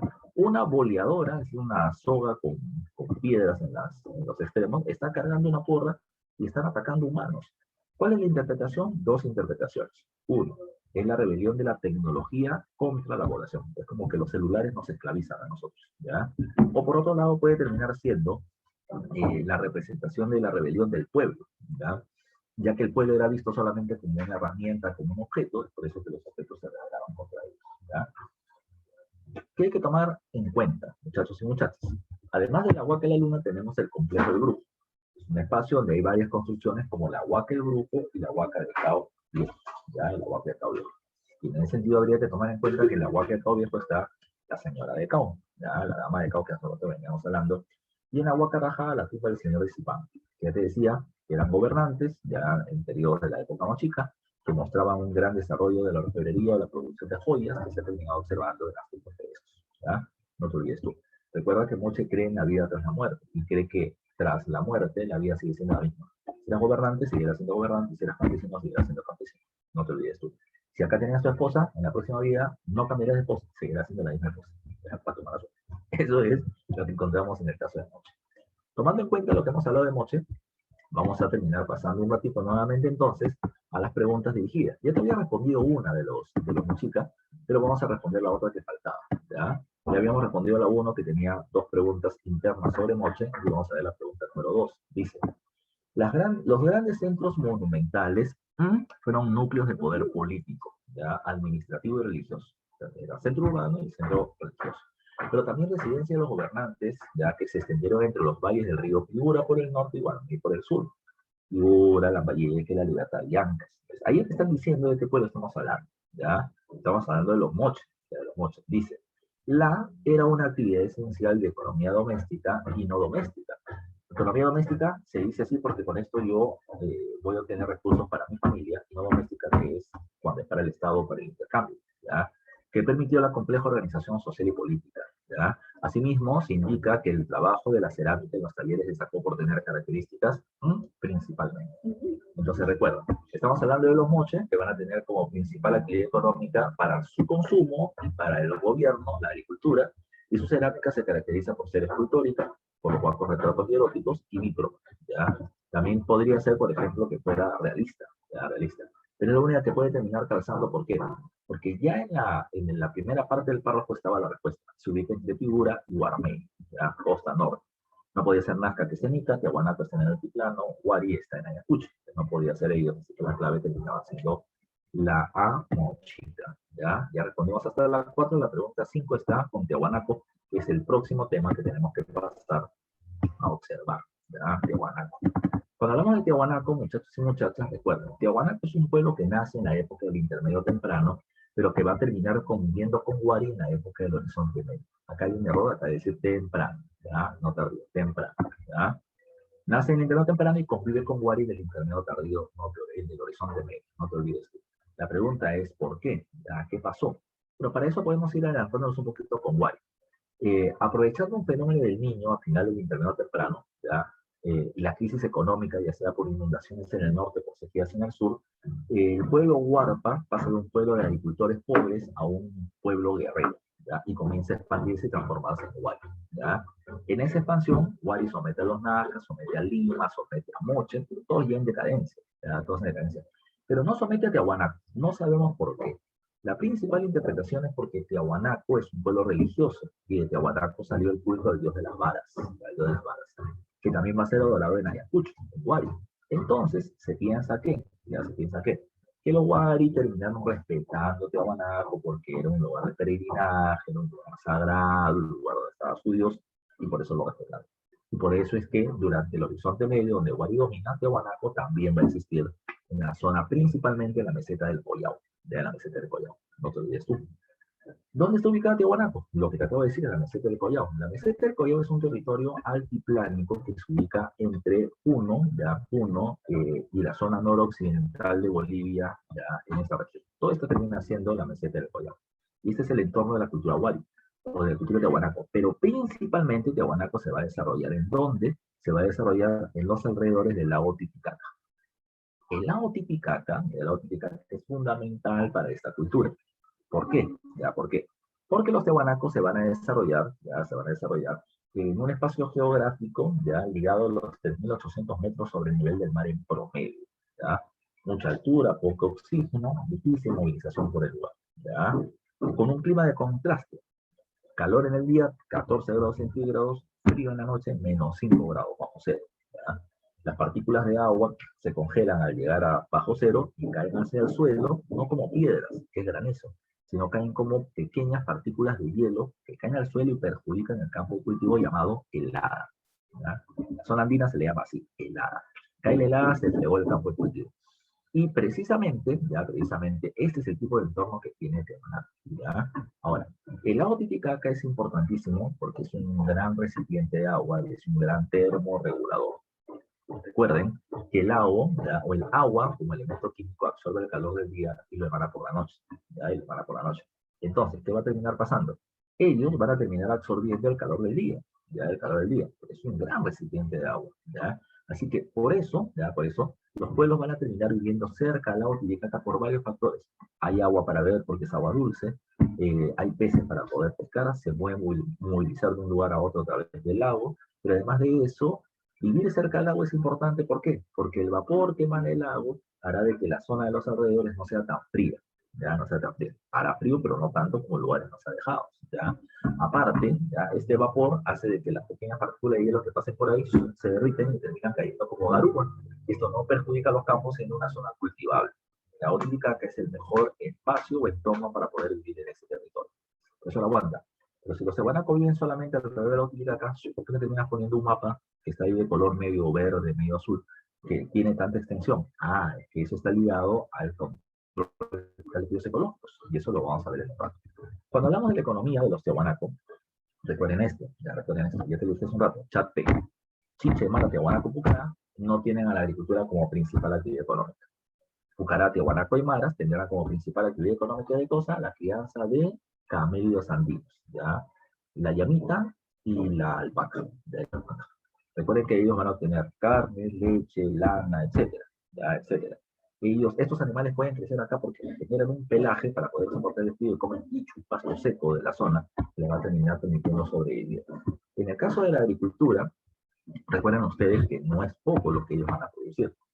Ellos van a terminar teniendo una serie de productos adaptados a este medio ambiente. Kiwicha, oca, uruco, maca, ya, quinoa y demás. Pero, ¿qué cosa es un camellón o guaruar? ¿Ya? Termina siendo, vamos a poner por acá, este es un canal de regadío. Esto termina siendo el lago Titicaca, ¿ya? Si yo quiero cultivar, puedo cultivar en las laderas o en el valle del lago, no hay problema. Toda esta zona está irrigada, con el vapor va a terminar evitando el helado y se puede cultivar ahí. Pero si yo quiero cultivar en un lugar más alejado, ¿qué tengo que hacer? Simplemente, profe, tengo que hacer un canal. El problema termina siendo que si yo un canal y el agua está expuesta en la superficie, la corriente de aire frío va a terminar congelando, ¿ya? Y por lo tanto no va a terminar permitiendo el desarrollo, ¿ya? Entonces, ¿qué va a terminar sucediendo? ¿Qué cosa hicieron hábilmente los tiahuanacos? Lo que los tiahuanacos hicieron es esto. Ellos van a terminar haciendo una perforación, ¿ya? Una perforación como la que está acá, ¿ya? La que está acá. Y la tierra que han sacado la van a terminar poniendo a los lados. como si fueran montículos de tierra, como si fueran dos jorabas de un camello, y por eso el nombre de camellón, ¿ya? ¿Por qué es importante poner esos montículos? Que las corrientes de aire frío siempre pasan por abajo en la superficie. Entonces, cuando las corrientes de aire frío puedan terminar congelando estos canales, se van a desviar por estos montículos de tierra, evitando el congelamiento. Primero. Segundo, como dice esta imagen, mira tú, ¿ya? Y en la mañana, el calor del sol va a terminar cayendo sobre las aguas del canal. Y en la noche va a terminar emitiendo esa temperatura, ese vapor, que va a terminar haciendo una capa que evita que las partículas de hielo, de agua helada, terminen cayendo al suelo y que terminen cayendo como una garúa, ¿ya? Como una pequeña lluviecita. De esta manera, ellos van a poder cultivar o ampliar sus zonas de cultivo. Ya, repito, gracias a los camellones o guaru, yo puedo ampliar mi zona de cultivo. Ya no cultivo solamente cerca del lago, sino también un poco más allá. Pero lo que acá puedo cultivar es solamente lo que crece en esta región. Puedo cultivar más quinoa, más oca, más maca, ya, más maca. Si antes cultivaba 50 toneladas de oyuco, ahora puedo cultivar 80. ¿Ya? Pero no puedo cultivar algodón, eso crece en la costa. No puedo cultivar hoja de coca, eso crece en la selva. No puedo cultivar ají charapita, eso crece en la selva. ¿Ya? Entonces, si yo quiero esos productos, necesito otra cuestión. Y para eso está el llamado control vertical de pisos ecológicos. ¿Cómo es el control vertical de pisos ecológicos? Recuerda que vertical significa de arriba abajo. Ellos se ubican acá, altiplano, 3.800 metros sobre el nivel del mar, y van a terminar teniendo terrenos de cultivo en zonas hacia abajo. Chala, Yunga, Quechua, Zuni, Janca, Cordillera, esos territorios van a poder ser cultivados de arriba a abajo. ¿Cómo así? ¿Cómo tiene Tiahuanaco territorios para cultivar en otras latitudes? ¿Ya? Profe, simple, que Tiahuanaco le hace la guerra a otros pueblos. No, Tiahuanaco no es un pueblo guerrero, ¿ya? No es un pueblo guerrero. Entonces, ¿cómo lo obtiene? De manera pacífica. ¿Cómo así? Tiahuanaco, al parecer, lo que hacía era lo siguiente. Tiahuanaco terminaba difundiendo el culto al dios de las varas, que es un dios ligado a la fertilidad agrícola. Entonces, Tiahuanaco llegaba y te decía, tú quieres tener una buena producción, mi Dios te puede terminar ayudando. ¿Qué cosa pide mi Dios a cambio? Solamente te termina pidiendo una porción de tierra como ofrenda de tu región para él, ¿ya? Solamente tierra, tú no la vas a terminar cultivando, la vamos a cultivar nosotros. Así que de manera pacífica, como ofrenda, ¿ya? Hacia su Dios, obtenían territorios. La otra interpretación es que Tiahuanaco llegaba y proponía, ¿ya? Y proponía. Yo te doy a ti un pedazo de tierra cultivable en mi región, y tú me das a mí un pedazo de tierra cultivable en la tuya. Así que intercambiamos territorios. Así que sin usar la violencia, ¿ya? Los tiahuanacos terminaban teniendo acceso a tierras cultivables en otros espacios. ¿Ya? Eso es Tiahuanaco, es Tiahuanaco. Ahora, ¿por qué Tiahuanaco hacía esto? Mira, si Tiahuanaco quería obtener algodón de la costa o ají charapita de la selva, tenía una opción, comercio. Yo intercambio mi oyuco por tu ají charapita. ¿Ya? Por tu ají charapita. Pero recuerda que siempre va a haber en el medio un intermediario, un comerciante, que va a decir ají charapita, 50 céntimos caserita. Pero cuando él termina trayendo estos productos a Tiahuanaco, siempre va a terminar él quedándose con una ganancia. Es decir, si hacemos un intercambio directo, yo podría obtener 50 kilos de ají charapita por 20 kilos de yuco. Pero como el comerciante se va a quedar con una parte, solamente me termina entregando 30. Prefiero yo tener comercio o acceso a recursos de otras regiones sin intermediarios, ¿ya? O comerciantes, ¿ya? ¿Y cómo lo podrían hacer? Voy a repetir, tierras en dos regiones y les voy a cultivar. Tiahuanaco ofrecía esto, dame un pedazo de tierra, pero no me termines dando a gente para que cultive para mí, solamente un pedacito de tierra, ¿ya? Solamente un pedacito de tierra. Esa tierra, ¿quién la va a cultivar? La propia población de Tiahuanaco. Tiahuanaco llevaba su excedente de población hacia diferentes territorios, a diferentes alturas, y colonizaba ese espacio. ¿Ya? Colonizar significa ocupar un espacio vacío. Los tiahuanacos llegaban y llevaban, ¿qué cosa? Llevaban su idioma, sus costumbres, su religión, y cultivaban este espacio. Lo que cultivaban era para el consumo de la población que había llegado, y el excedente era trasladado a la capital para el consumo precisamente de su élite. Esa es la particularidad del control de los pisos ecológicos, ¿ya? No se olviden ustedes. Ahora, en cada una de estas colonias que Tiahuanaco ha establecido, recuerden, está población Tiahuanaco. Es una islita de población Tiahuanaco con sus propias costumbres en diferentes niveles. Entonces, si nosotros juntamos todo el conjunto de islitas, terminamos teniendo el llamado sistema de archipiélagos, un conjunto de islas de Tiahuanaco de manera transversal, ¿ya? Desde la costa, pasando por la sierra y hasta la selva, obteniendo productos de regiones sin intermediarios comerciales. Esto ha sido 2 veces pregunta de examen de admisión de San Marcos y no hay que olvidarlo. Esto va a ser analizado por un etnohistoriador llamado John Murray, sobre todo a través del estudio de dos pueblos, el pueblo de los Chupachos, ¿ya? Y el pueblo de los Lupacas, si no me falla la memoria, ¿ya? Los Lupacas del Altiplano y los Chupachos de Arequipa, que hacían precisamente este sistema, ¿ya? Que no era una migración temporal, no es que la gente iba a cultivar un territorio y luego regresaba, no, gente viviendo en Tiahuanaco, en otros lugares, ¿ya? En otros lugares, de los aymaras, es el que él va a hacer el estudio, viviendo en otros lugares, obteniendo productos que luego eran trasladados a la zona central de la isla. De esa manera, repito, obtenían productos que no eran de su localidad sin intermediarios comerciales. ¿Ok? Además de eso, nos vamos al tema de la política. Si Tiahuanaco nace en el interno temprano, es un gobierno teocrático militarista. Pero recuerden, la diferencia es que en ellos los sacerdotes van a tener más poder que los militares. ¿Y esto cómo se puede observar? De manera general. ¿Cómo sabemos que en un pueblo prehispánico los sacerdotes o los militares tenían más poder? Simple. Si los sacerdotes tienen más poder, ¿saben cómo se va a observar? En dos cosas, en sus tumbas. Las tumbas más grandes, más lujosas, con más objetos de valor, van a ser las de los sacerdotes. Y en su defecto, ya, si las tumbas de los sacerdotes son más austeras y las tumbas de otras personas son más poderosas, es porque otro gobernaba, el comerciante o el militar. Segundo, las construcciones. ¿Ya? Si hay más templos, entonces es porque el sacerdote venía teniendo más poder en el momento de tomar decisiones. Y por eso había más templos que construcciones civiles. Si es que hay más ciudades antes que templos, es porque los sacerdotes tenían menos poder. Por eso es que en Nazca se puede hablar de militares gobernando, porque sus construcciones son principalmente centros urbanos, centros de gobierno. Mientras que en Tiahuanaco van a ser principalmente templos religiosos. ¿Ya? ¿Y esto cómo se observa? Lo observamos acá en su arquitectura. En el caso de la arquitectura de Tiahuanaco, recuerden, su capital se llama Taytical. Taytical es un espacio altiplánico que viene teniendo varias construcciones en su interior. Del 1 al 5, en la parte inferior izquierda, vamos a terminar observando las principales construcciones.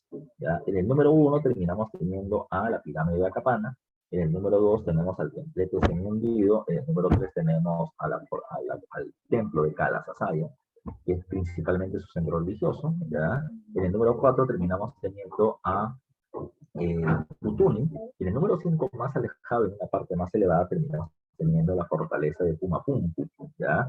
4 templos y una fortaleza, ¿ya? Lo que implica es que los sacerdotes tenían más poder de decisión y por eso que hay un templo, principalmente, o hay más templos que fortalezas en el momento de su construcción, ¿ya? No te olvides tú. ¿Qué más hay que tomar en consideración? ¿Qué más hay que tomar en consideración cuando hablamos precisamente de los Tiahuanaco? Tiahuanaco además recuerda que por la posición geográfica en la que se encuentra, sus construcciones tienen que ser hechas en base a piedra para poder resistir la intensa lluvia que se va a terminar produciendo en la región. Pero además hay que tomar en cuenta otro aspecto. El otro aspecto es que no solamente van a terminar utilizando piedra, sino que van a terminar utilizando piedras de gran tamaño y eso es lo que les estoy poniendo en esta imagen. Y en el caso de su arquitectura es de gran tamaño. Sus palacios y sus templos terminan siendo gigantes, destacando Calasasaya como su principal centro religioso, donde se observan monolitos y la portada del sol, que en un momento pasaremos a ver. ¿Ya? El otro aspecto es que su arquitectura es megalítica, utilizan grandes bloques de piedra. En Pumapunku, por ejemplo, lo que vamos a terminar encontrándonos en estos grandes bloques de piedra que tienen forma de H. ¿Ya? Forma de H. Cada una de estas piedritas solamente termina pesando 80 toneladas. ¿Cómo diablos hicieron para poder tallar piedra de 80 toneladas y subirlas a este nivel? Difícil de poder saber, ¿ya? Algunos dicen, no, extraterrestre y todo, no, pues no tiene nada que ver, pero es un misterio precisamente el caso de los Tiahuanaco y sus grandes bloques, ¿ya? ¿Qué más hay que tomar en consideración?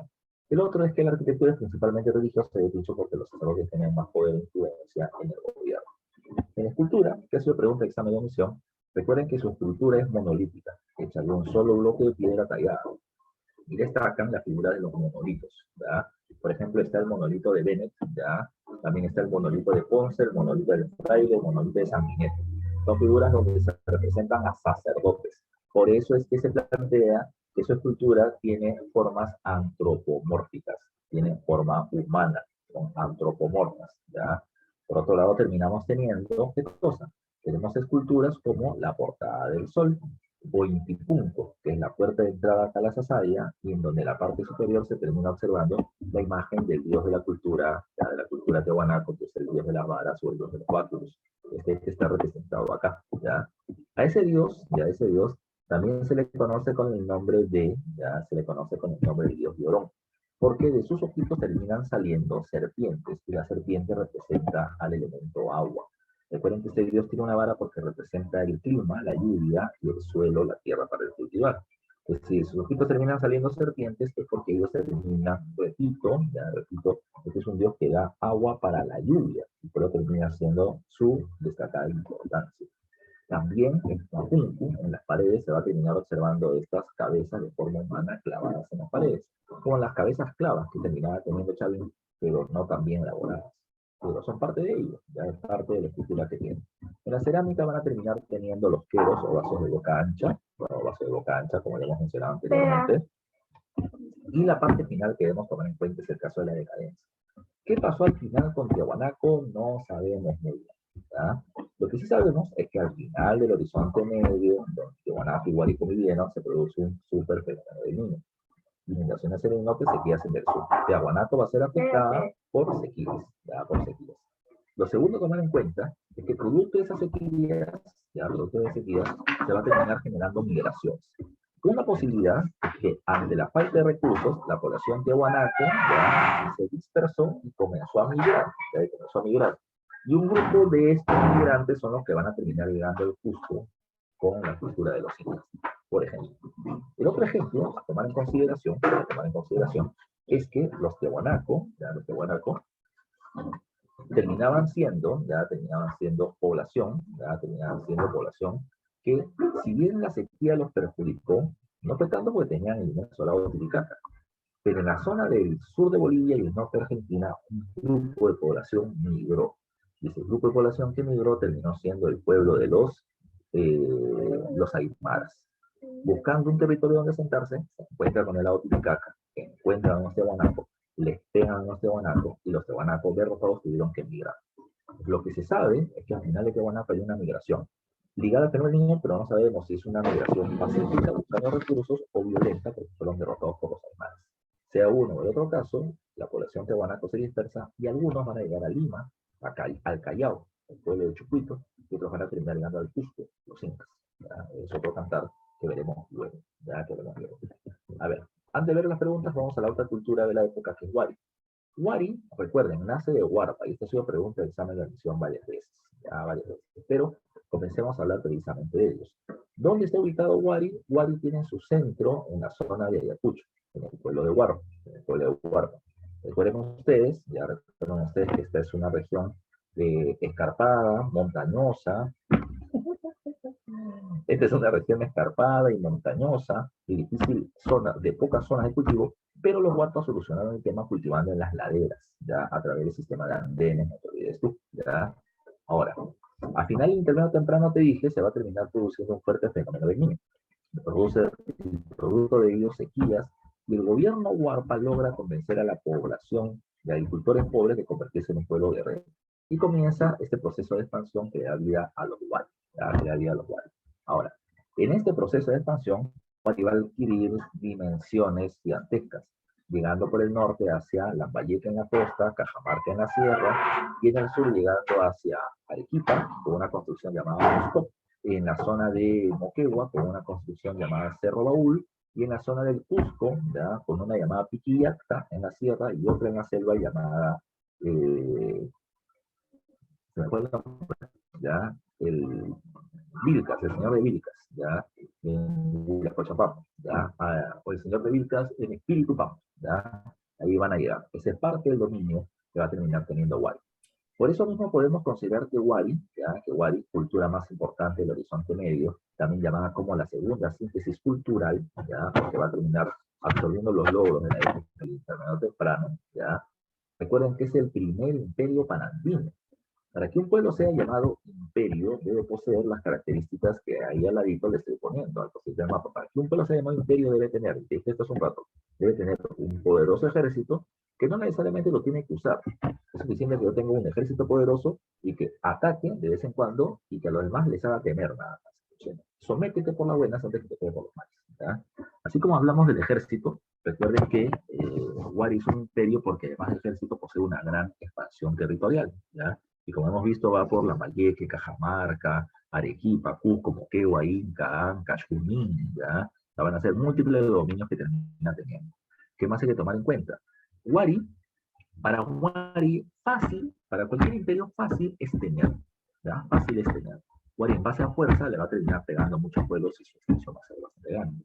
Ahora, lo difícil no es tener, ¿ya? Lo difícil es mantener, ¿ya? Es mantener el control de esas regiones. De esa manera, Wari, ¿qué es lo que hará?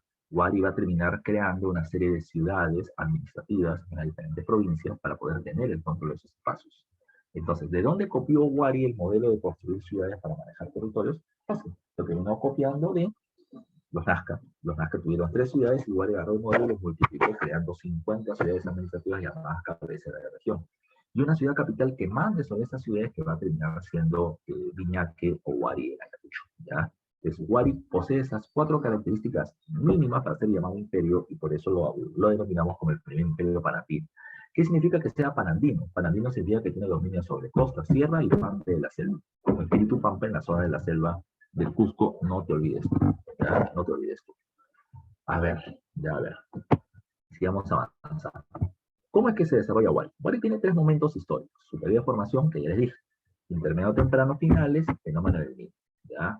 Sequías, el gobierno Huarpa logra convencer a la gente de convertirlo en un pueblo guerrero y la población entra precisamente al ejército y comienza la expansión. ¿Ya? El periodo imperial, ¿ya?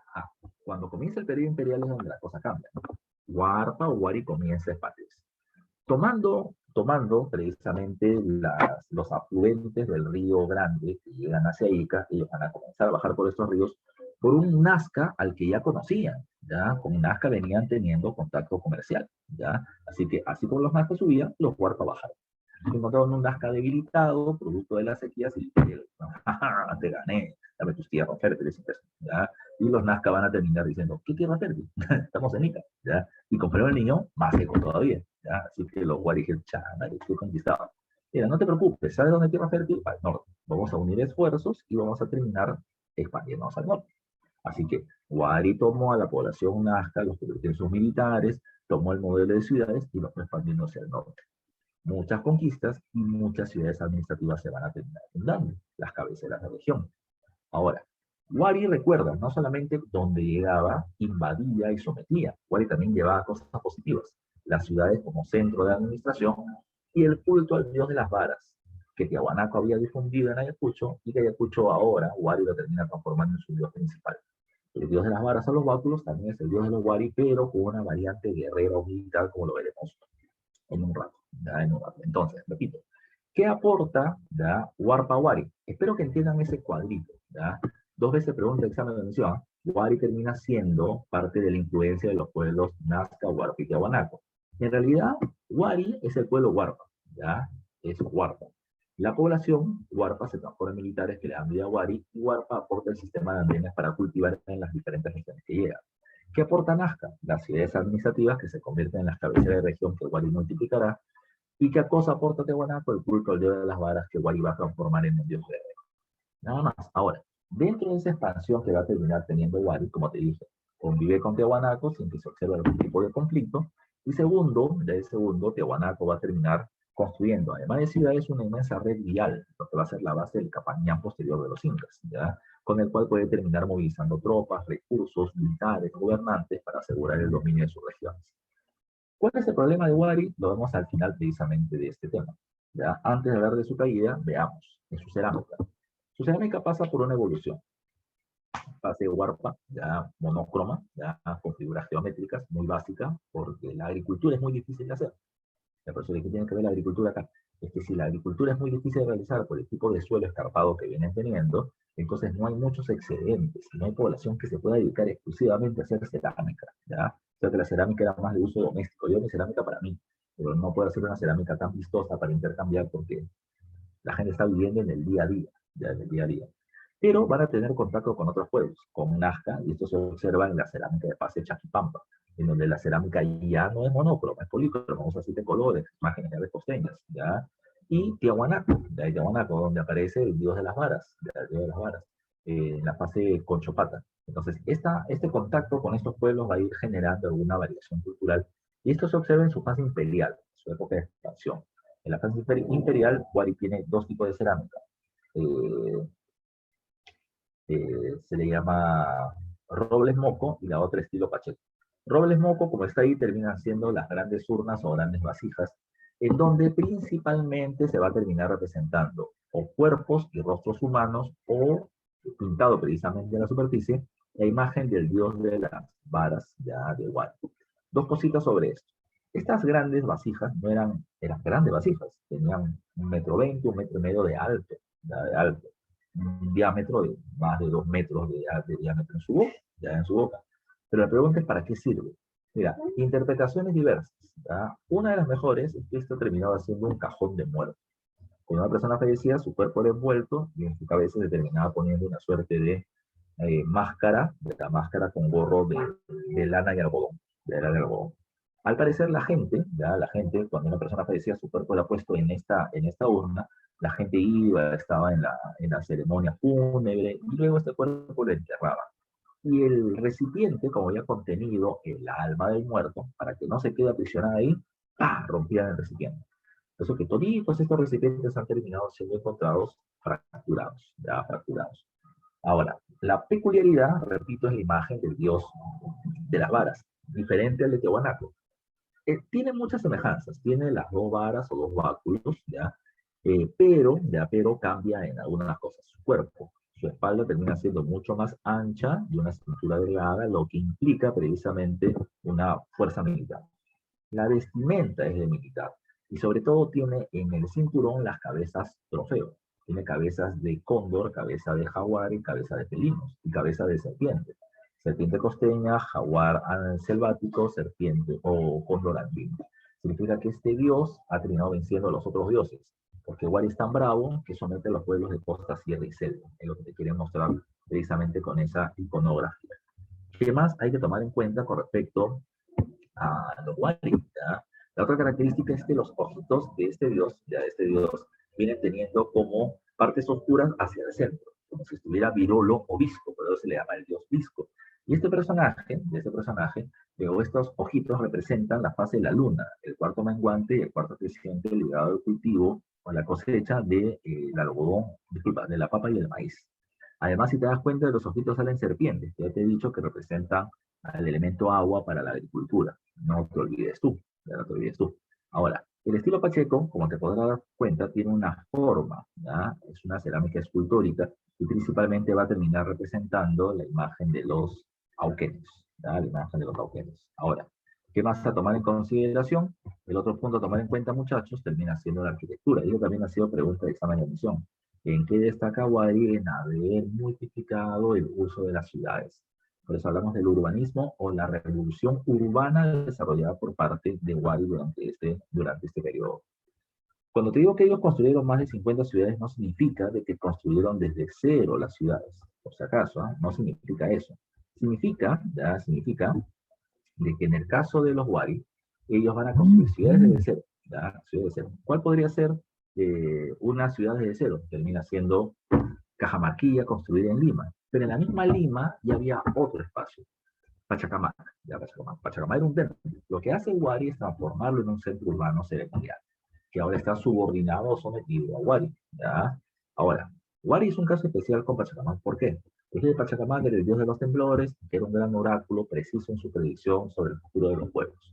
Cuando Huari llega, se queda boquiabierto con la predicción del oráculo de Pachacamac, y lo que hace Huari es difundir el culto a este dios por la región de la costa. Y esto fue una pregunta antigua de examen de admisión. Precisamente Huari va a destacar porque difunde hacia la costa el culto al oráculo de Pachacamac. No te olvides tú, ya no te olvides tú. ¿Qué más hay que tomar en cuenta? ¿Ya? ¿Qué más hay que tomar en cuenta? Otro elemento a tomar en consideración es que se va a construir el centro urbano mejor conservado de la cultura Huari, que es Piquillaque en Cusco, que fue pregunta de examen de admisión. Pero también está el señor de Vilca, su espíritu pampa, en la zona de la selva cusqueña, que es una muestra de que Huari sí llegó a la selva, que era algo que en algún momento se terminó dudar, entre varias otras cosas más. La huaca del brujo profesional en las mochas, claro, pero los wari la van a terminar utilizando en beneficio de ellos en la zona de la costa norte. Y ese es un punto que hay que tomar en cuenta. No todas van a ser construcciones made in wari, sino que van a terminar siendo, en su defecto, construcciones preexistentes que los wari le van a terminar dando una planificación urbana para que les sirva en el gobierno, ¿ya? ¿Qué pasó al final con Wari? Al final Wari termina cayendo por un problema. Wari se terminó aburguesando en términos actuales. ¿A qué me refiero? Wari tenía 50 ciudades que le terminaban pagando tributos. Entonces la pregunta es, ¿para qué voy a terminar produciendo alimentos si suficientes alimentos tengo de las diferentes regiones que me terminan tributando? Entonces Wari comete el error de convertirse solamente en un centro administrativo, pero pierde su capacidad productiva, ¿ya? Depende de los demás.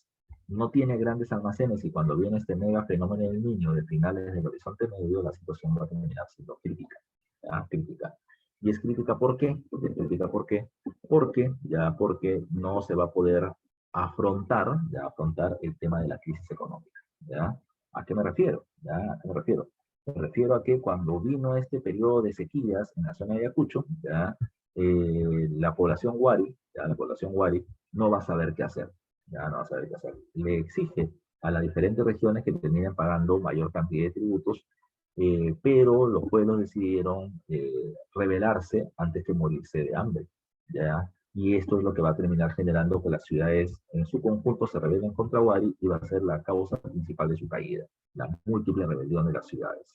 Como consecuencia de esto, Wari no puede controlar tantas rebeliones a la vez, desesperado termina enviando sus tropas hacia diferentes regiones para someterlas, y finalmente la ciudad, una ciudad ya debilitada, sin protección, va a terminar siendo sometida por los yaros y por los chamas. Así terminó cayendo la capital Wari, Viñaca.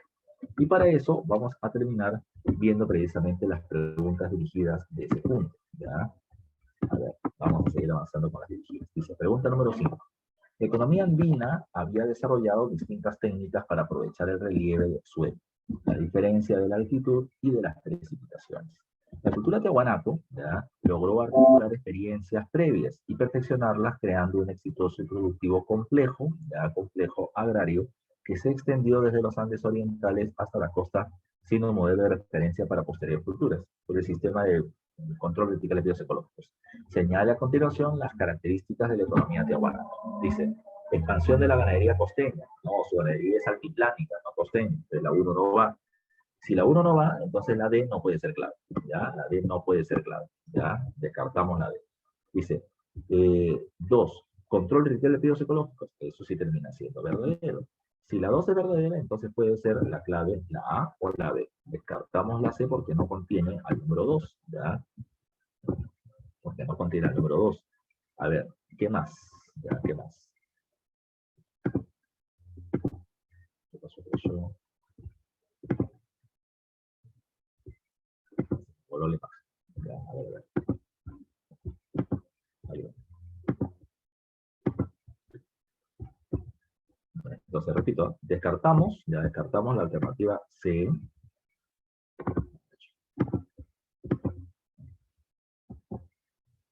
Descartamos la alternativa C porque esta no contiene a la 2 que es precisamente precisa. La 3 dice, desarrollo de los guaruguaru. Claro, camellones o guaruguaru terminan siendo parte del desarrollo de la cultura wari para poder ampliar su producción nativa, ¿ya? Entonces la 3 es correcta. Si la 2 y la 3 es correcta, entonces puede ser la A o la B. Seguimos con eso. 4. Deshidratación y conservación de alimentos. Ese es uno de los puntos que no te expliqué, pero está en la diapositiva. Te van a agarrar la carne de las llamas, ¿ya? Y la termina echando sal para deshidratarla, quitarle el agua, secarla y mantenerla más tiempo para el consumo. Entonces la deshidratación y conservación de alimentos, de la carne, de la papa seca, del chuño, va a terminar siendo importante para ellos para tener productos consumibles a largo tiempo. De la 4 termina siendo correcta. Y la 5 me dice, irrigación de áreas ya desérticas costeñas. Costeñas no. Ellos llegan a la costa, repito, por el control vertical de ecológicos. Ellos no van a hacer grandes sobre irrigación. Su espacio particular termina siendo el altiplano, no te olvides tú. Ya, no te olvides tú. Entonces, ¿cuál es la clave entonces? La 2, 3 y 4, y la clave termina siendo la área 2. Pregunta número 6, dice, De acuerdo con las imágenes presentadas sobre la iconografía del dios Viracocha, realiza una comparación y marca la respuesta correcta. Este de acá termina siendo de Tiahuanaco, ¿ya? Este de acá termina siendo de Tiahuanaco. Y este de acá termina siendo de los Wari, ¿ya? Termina siendo de los Wari. Ahora, ¿cuál es la diferencia? Bueno, ya te he explicado hace un rato. El Tiahuanaco termina siendo un dios pequeñito, el dios de las varas, pequeñito y cabezón, ¿ya? En cambio, en Wari termina siendo mucho más fornido, agarrado, con cabeza trofeo, que está ligado a la cultura nazca, ¿ya? Como una figura guerrera, a Wari como un pueblo guerrero. Entonces dice, una perteneció al culto a Wari, la primera, y el otro, el culto plénico de Guanaco. Sí, es correcto, ¿ya? B, el dios Visco, que es como que se llama al de los Wari, predominó en toda la Sierra Sur hasta la meseta del Collao. ¿No? En la meseta del Collao destaca el dios Llorón, que es como se le llama precisamente en Tiahuanaco. Así que la de falsa. El culto al jaguar se mantuvo de los tiempos chavín. Bueno, acá no se está poniendo el culto al jaguar, al contrario, el jaguar ha sido decapitado y está en la cabeza trofeo del dios de los Wari. Y dice, Huiracoche es solo la manifestación andina de Ayapael. Otra forma de denominarlos a estos dios de la vara es Huiracocha, pero no es una variante de Ayapael, que es un dios de la guerra, en el caso de los mochicas. La mejor clave en la pregunta número 6 termina siendo ¿cuál? Termina siendo la A de algo. Pregunta 7. Dice, en esta imagen de la cerámica Wari se pueden apreciar influencias de dos culturas, ¿ya? Como son. Pregunta, ¿cuáles son los pueblos que tienen influencia sobre el desarrollo Wari? Ya te dije hace un rato. Terminan siendo la cultura Nazca y Tiahuanaco. ¿Cómo sabemos esto? Mira tú. Esta cerámica tiene un vaso de boca ancha como es un quero, ¿ya? Como es un quero, ¿ya? Entonces ahí influencia Tiahuanaco. Tiene el dios de las varas, que es influencia Tiahuanaco, pero tiene un rostro y tiene unas características agresivas, como un dios guerrero, y tiene las cabezas trofeo, que son parte de esa violencia encabezado ligada precisamente al dios Con, al dios de los Nazca. Entonces, acá hay una influencia nazca por las cabezas trofeo y de Tiahuanaco por el dios de las varas. Repito, con variantes guerreras o violentas, ¿ya? Guerreras o violentas. Entonces, recuerden ustedes, eso está ligado más a la clave C, ¿ya? A la clave C, Nazca y Tiahuanaco. No te olvides tú, ¿ya? Aquí hay una influencia nazca por las cabezas trofeo y Tiahuanaco por el dios de las varas o los guapos. No te olvides, ¿ya? No te olvides, ¿ya? A ver, ¿qué más hay que tomar? ¿Ya? ¿Qué más hay que tomar en cuenta? ¿Ya? ¿Qué más hay que tomar en cuenta? Otro elemento que termina siendo importante es la pregunta 8, pero la pregunta 8 ya va con el intervalo tardío de lo que vamos a pasar a ver en este momento. ¿Ok? Regresemos, por lo tanto, a las diapositivas. A ver. Vamos a las diapositivas. Ahí está. A ver, vamos al intermedio tardío. Caído Wari, ya, caído Wari, recuerden que se vive el intermedio tardío como lo plantea John Rowe, un periodo entre el horizonte medio y el horizonte tardío, ya, donde se va a terminar teniendo ya, un periodo de regionalización del estilo cerámico, ya, no te olvides. Lo otro es que a este periodo Lumbreras lo llama como el periodo de los estados regionales. La novedad es que Wari con sus ciudades había terminado consolidando el sistema del Estado, un dominio central de una capital sobre diferentes regiones. Y con 50 ciudades había manejado gran parte de lo que ahora vendría a ser el Perú. Las sociedades de intermedio tardío no dejaron de hacer eso. Si a Wari y las ciudades les funcionaron, ellos van a seguir utilizando ciudades. Por eso es que a este periodo ya se considera como la consolidación de los estados regionales, o también se le conoce como el periodo de los constructores de ciudades. Porque si Wari construyó 50, acá van a haber 200 ciudades administrativas.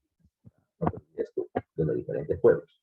Ahora, la forma en la que a mí me gusta denominar este periodo es el periodo de los reinos y los señoríos, ¿ya?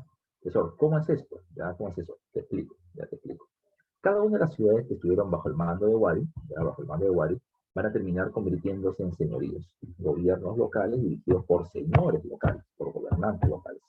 Y recuerden además, de que algunos de estos señoríos van a ir ampliando sus dominios, ya sea por alianzas pacíficas o ya sea porque un señorío le pegó a los demás. Aquellos señoríos que se expanden se les va a conocer con el nombre de reinos. Entonces encontramos, repito, reinos y señoríos. Ya, reinos y señoríos. ¿Cuáles son los señoríos en este mapa? Señorío termina siendo el número 9, por ejemplo, que termina siendo la cultura de los Ishma, en el Valle del Río Lurín, ya con el culto a Pachacamac. Señorío termina siendo el número 8, los Huancas, en la zona de Junín, ¿ya? Señorío termina siendo los Chupachos en la zona de Arequipa. Señorío termina siendo los Tumpis y los Tallanes en la zona de Piura, ya Piura y Tumbes. El señorío termina siendo el señorío de Chancay, ubicado en el valle norte de Lima. Entonces, así precisamente van a haber varios señoríos. Ahora, ¿quiénes son los reinos? Los demás. Reino termina siendo el reino de los Itán, ya en la zona de Lambayeque. Reino también termina siendo el reino de los Chimú en la costa norte. El reino termina siendo el reino de los Tasca, ubicado en la zona de los Chinchas, en la zona de Ica, y así por el estilo. Reino también son los Aymaras, ya los Aymaras, que es una alianza de señoríos en la zona del altiplano entre Perú y Bolivia. ¿Ya? A ver, ¿qué más a tomar en consideración? ¿Ya? ¿Qué más a tomar en consideración? Diferentes pueblos tenemos que ver, pero principalmente centrándonos en Chimú y Chincha.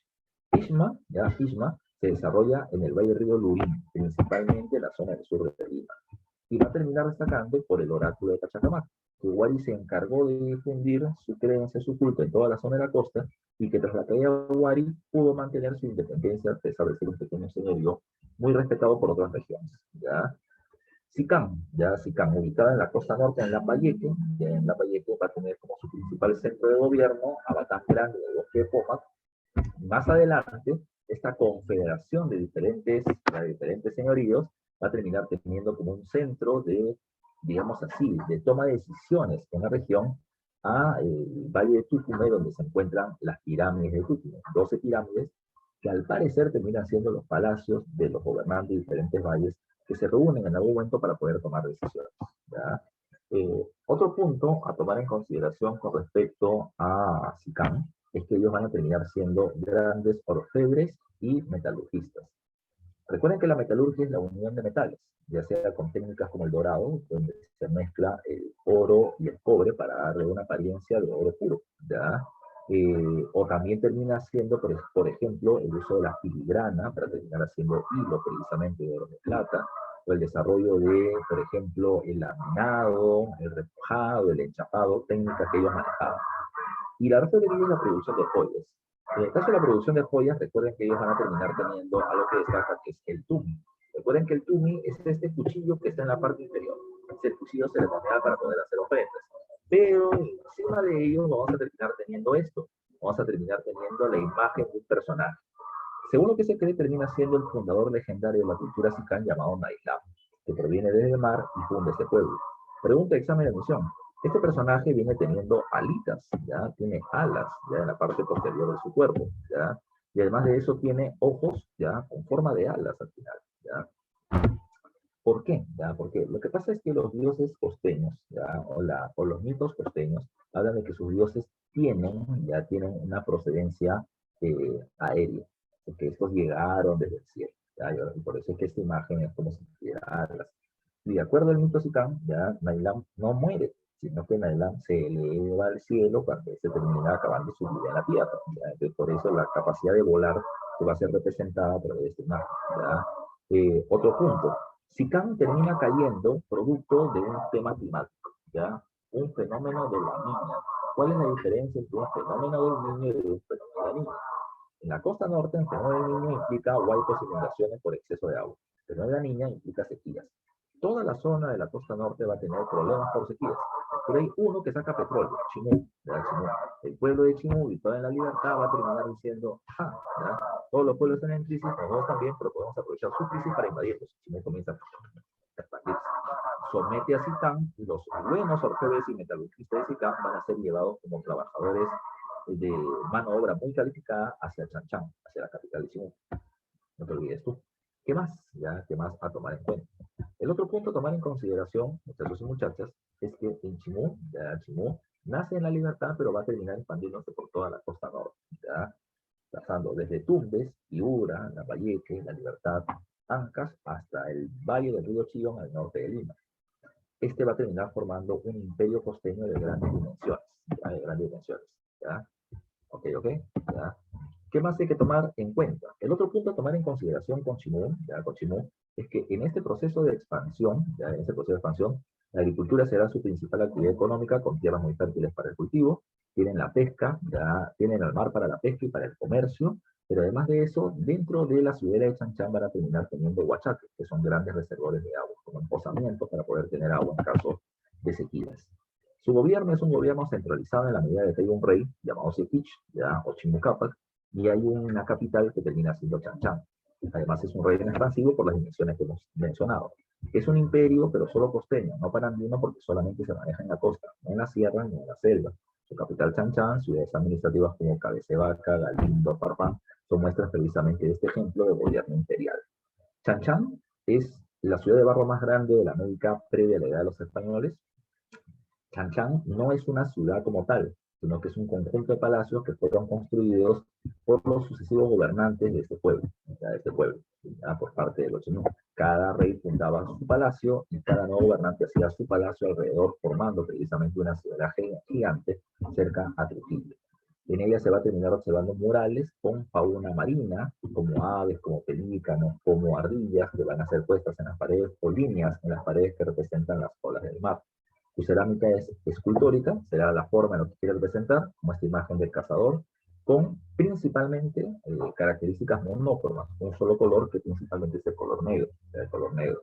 Y en la puerta de entrada a Chanchán se va a terminar observando la figura del guardián, que son figuras de escultura de madera o silografía, con imágenes de militares que protegen el ingreso de esta ciudad. Destaca la orfebrería, producto de los trabajadores de SICAN que terminaron trayendo y que van a hacer ahora mano de obra calificada para Chanchán, no te olvides tú, ¿ya? Ahora, ¿qué es lo que va a terminar pasando con ellos? ¿Ya? Recuerda que al final, cuando Chimú está en plena expansión y su rey, el que logra la máxima expansión, Minchancama, va avanzando de norte a sur hacia Lima, se topa con la expansión de los incas, ¿ya? Los incas, dirigidos militarmente por Tupac Yupanqui, en lugar de terminar haciendo un ataque de sur a norte por la costa, decidieron meterse a la sierra y bloquear la llegada de agua por sus canales, ¿ya? Y ríos hacia la costa. Un Chimú con menos agua tiene una menor producción agrícola, un mayor rechazo por parte de la población, y luego los incas llegaron como los benefactores. Los incas dijeron, bueno, adoren a Inti, ya al dios Sol, y él lo va a terminar ayudando. Bueno, la gente hace esta celebración, hace estas veneraciones, y los incas permiten que llegue el agua. Sin mayor violencia, los incas ya están dentro de Chimú y Minchancama, pueblo Chimú, va a terminar siendo sometido, ya, obligado a casarse con la hija del rey Pachacute, del inca Pachacute. Y luego de una ceremonia gigante en Chanchán, Minchancama presenta a todos los líderes, a toda la nobleza de Chimú, que se van a subordinar a los incas. Pachacute, ¿cómo los subordina? Entregando los ofrendas. Fiestas, mujeres, regalos, vestimentas finas, etcétera, etcétera, que van a terminar siendo ahora ya personajes, repito, subordinados a los incas por una cuestión de reciprocidad asimétrica. Ellos van a terminar entregando, los incas entregan recursos, o bienes, y los nobles van a terminar entregando servicios a favor de los incas, es decir, organizar a la gente para que trabajen cuando el gobierno lo desee. No te olvides tú, ¿ya? De esta manera, sin mayor violencia y con algunas actividades como el bloqueo de los canales, es que los incas van a terminar sometiendo a los chinchas. Finalmente tenemos a los chimulcos. Finalmente tenemos a los chinchas, ubicados en Ica, ya, que tienen la agricultura como la actividad a la que mayor cantidad de gente se dedica, la pesca, la segunda actividad a la que más gente se dedica, pero el comercio, que es la actividad más importante porque es a la que se dedica la élite. Cuando hablamos de Chincha, ellos van a terminar teniendo como principales centros de dominio, de gobierno, a la ciudad de la Centinela, a Tambor Mora y a la Cumbre, ¿ya? Hechas de barro, pero no hechas de bloques de barro pequeños, ¿ya? O adobes, sino tapiales, que eran grandes bloques de barro, ¿ya? Con el cual se facilitaba sus construcciones. Pero además hay que tomar en cuenta otros elementos, ¿ya? En el caso de Chincha, ellos van a terminar destacando en el tallado sobre madera, ¿ya? A eso se le llama silografía, es en el área cultural en donde más destacan. Van a terminar haciendo remos y vigas o columnas con diseños, ¿ya? Tallados precisamente en la madera, ¿ya? También hay que tomar en cuenta de que su gobierno era dirigido por un sacerdote, es una teocracia, pero el grupo más influyente termina siendo el grupo de los comerciantes. ¿Por qué? Porque sin duda el comercio es su principal actividad económica. El comercio de los chincha, va a terminar siendo un comercio a larga distancia, ¿ya? Destaca el intercambio a larga distancia de productos exclusivos, como les estoy poniendo por acá. ¿Cómo es eso de larga distancia? Los Chincha van a terminar teniendo contacto comercial con Ishma en Lima, con los Chimú en la costa norte, y van a llegar hasta el Golfo de Guayaquil en Ecuador, hacia la isla del Puná, en donde todo el año en el mar había esto, el Muyu o Espondulus, conchas de abanico que terminaban siendo entregadas como ofrendas por los nobles hacia los dioses en la otra vida, para que sean reconocidos como gobernantes en la otra vida también, ¿ya? Chincha iba hasta muy lejos para poder conseguir este producto, al cual los Chimú también terminaban teniendo acceso directo, pero los Chincha, ¿qué hacían? Traían este producto y lo llevaban ¿por dónde? Hacia la Sierra Central, la Sierra Sur y hacia el Altiplano. Lo llevaban a lugares donde ese objeto terminaba siendo deseado, pero muy escaso. Por eso hablamos de que son comerciantes de productos exclusivos. Llevaban este producto y sacaban de esa región otros, como el charqui, por ejemplo, la carne seca de auquenios, y le daban a lugares de difícil acceso como la zona de Guayaquil. Entonces, era parte de este intercambio, repito, de comercio a larga distancia de productos exclusivos, donde se utilizan rutas marítimas en la costa y rutas terrestres para poder llegar a la sierra, que es en donde más destaca. Como tiene contacto con Guayaquil, Chincha y el Altiplano, por eso hablamos de un comercio de tipo triangular, ¿ya? Triangular. ¿Qué pasó al final? ¿Qué pasó al final con ellos? Los Chincha, al igual que los Chimú, van a ser sometidos por los incas, pero de una manera diferente. Cuando los incas llegaron hacia el territorio de los chinchas le dijeron: ¿te quieres someter, papi? Sométeme, no hay ningún problema. Mi tierra no es muy fértil, ya mi población sí puede terminar trabajando para ti, pero yo te ofrezco algo. Tú quieres seguir expandiéndote al norte, ¿no? ¿Sabes con quién te vas a enfrentar? ¿Sabes qué pueblos son? ¿Sabes por dónde lo puedes enfrentar? No sabes, yo sí sé, porque tengo contacto con ellos, ¿ya? Yo te facilito tus victorias, pero tú a cambio dame otra cosa. Permíteme tener comercio en las regiones donde tú vas a terminar teniendo el poder. De esa manera, ya de esa manera, los incas aceptan y les quieren terminar dando regalos, ya, regalos a los chinchas. Y los chinchas les dicen: que tus regalos guárdate, ya, porque los productos de mejor calidad los tengo yo, ya, los tengo yo, ya. Entonces, esto es lo que vamos a encontrar con ellos. Sin mayor violencia, los chinchas van a terminar subordinándose a los incas. Ahora, un dato más para poder terminar, son las últimas preguntas que nos falta responder de esta dirigida. La pregunta 8, ¿ya? La pregunta 8 me dice: durante el Intermedio Tardío se desarrollaron diversos reinos y señoríos, muchos de los cuales mantuvieron algún tipo de relación comercial, cultural o diplomática. Establezca la relación correcta respecto entre la sociedad y la característica que mejor se adecue a él. Dice: su fundador legendario es representado en los tumis, ¿ya? ¿A quién se representa en los tumis? Se representa a Nailam de la cultura Sicam, ¿ya? Entonces, la 4 va con la A, ¿ya? La 4 va con la A. Si la 4 va con la A, ya tenemos clave, ¿ya? Ya tenemos clave. Aquí está la clave, 4 con A, Sicam, ¿ya? Sicam. Esa debe ser, la B debe ser la clave. Mantuvieron de sus predecesores el control vertical de pedidos ecológicos. Eso lo hizo Tayticala o eso lo hizo Tiahuanaco, y también lo van a hacer los Aymaras. Entonces, la 2 va con la B. Si la 2 va con la B, aquí está, mira, 2 con B, ya, solamente para reafirmar. Su oráculo de Pachacamac gozó de gran prestigio, ese es Ishma, ese es Ishma. Entonces la 1 va con C, la 1 está con C, esto también está acá en la B. Y para terminar dice: su marina se estableció en el lago Choclococha y Urcococha. Eso termina siendo el pueblo de los Chancas en la zona de Purímac, Andahuaylas. Ya termina siendo la 3 con la D, ya, la 3 con la D. Entonces con eso podemos afirmar a la pregunta número 8 con la clave B de besito. 2 más y nos vamos. La población del señorío de Chincha estaba compuesta por aproximadamente 30.000 habitantes, donde casi 12.000 se dedicaban a la agricultura, ¿ya? 10.000 a la pesca y los restantes ya a otras actividades, destacando el comercio. Esta última consistía en el intercambio de bienes a manos de mercaderes o comerciantes recolectados de diferentes lugares o producidos en la cuenca chinchana y en otras regiones de ambientes distintos, a través de un sistema de comunicación integrado por el cabotaje marino, por la costa, y por las caravanas de llamas hacia la sierra. Esta actividad hizo posible la articulación económica de la costa ecuatoriana, de casi toda la costa peruana y el territorio altandino hasta el Titicaca, ¿ya? Eso es lo que manejaba Chincha.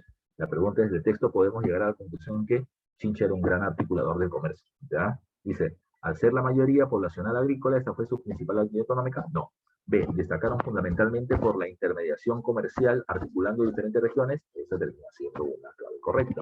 La C, a pesar de su salida al mar, la pesca era una actividad económica irrelevante. No, si era relevante, era la segunda actividad a la que más gente se dedicaba, pero no es la principal. Los incas establecieron una alianza comercial desligada de subordinación por su relevancia comercial. No, sí se van a subordinar, pero van a terminar teniendo una alianza más cercana con los incas por los apoyos que van a terminar dando. Entonces, la mejor clave en la pregunta número 9 termina siendo la clave B de beso. Y ya para terminar, la última pregunta nos dice lo siguiente. Dice: Para que un pueblo, ya, dice, profe, también por eso lo pusieron Chinchaysuyo. Sí, sí, sí, esta es precisamente la otra denominación. Es más, cuando los incas se presentan ante los españoles, recuerden que el primero que aparece es el señor de los Chinchas, ¿ya? Y al señor de los Chinchas lo matan creyendo que era el inca, para que vea precisamente la forma en la que era adornado o la forma que mostraba en su poder. Último, dice, para que un pueblo sea calificado como imperio, debe poseer por lo menos 4 características. Poderoso ejército, gran expansión, ciudades administrativas y una capital. Tomando ello como marco de referencia, podemos considerar como estados imperiales A. ¿Quién es un estado imperial? Chimú.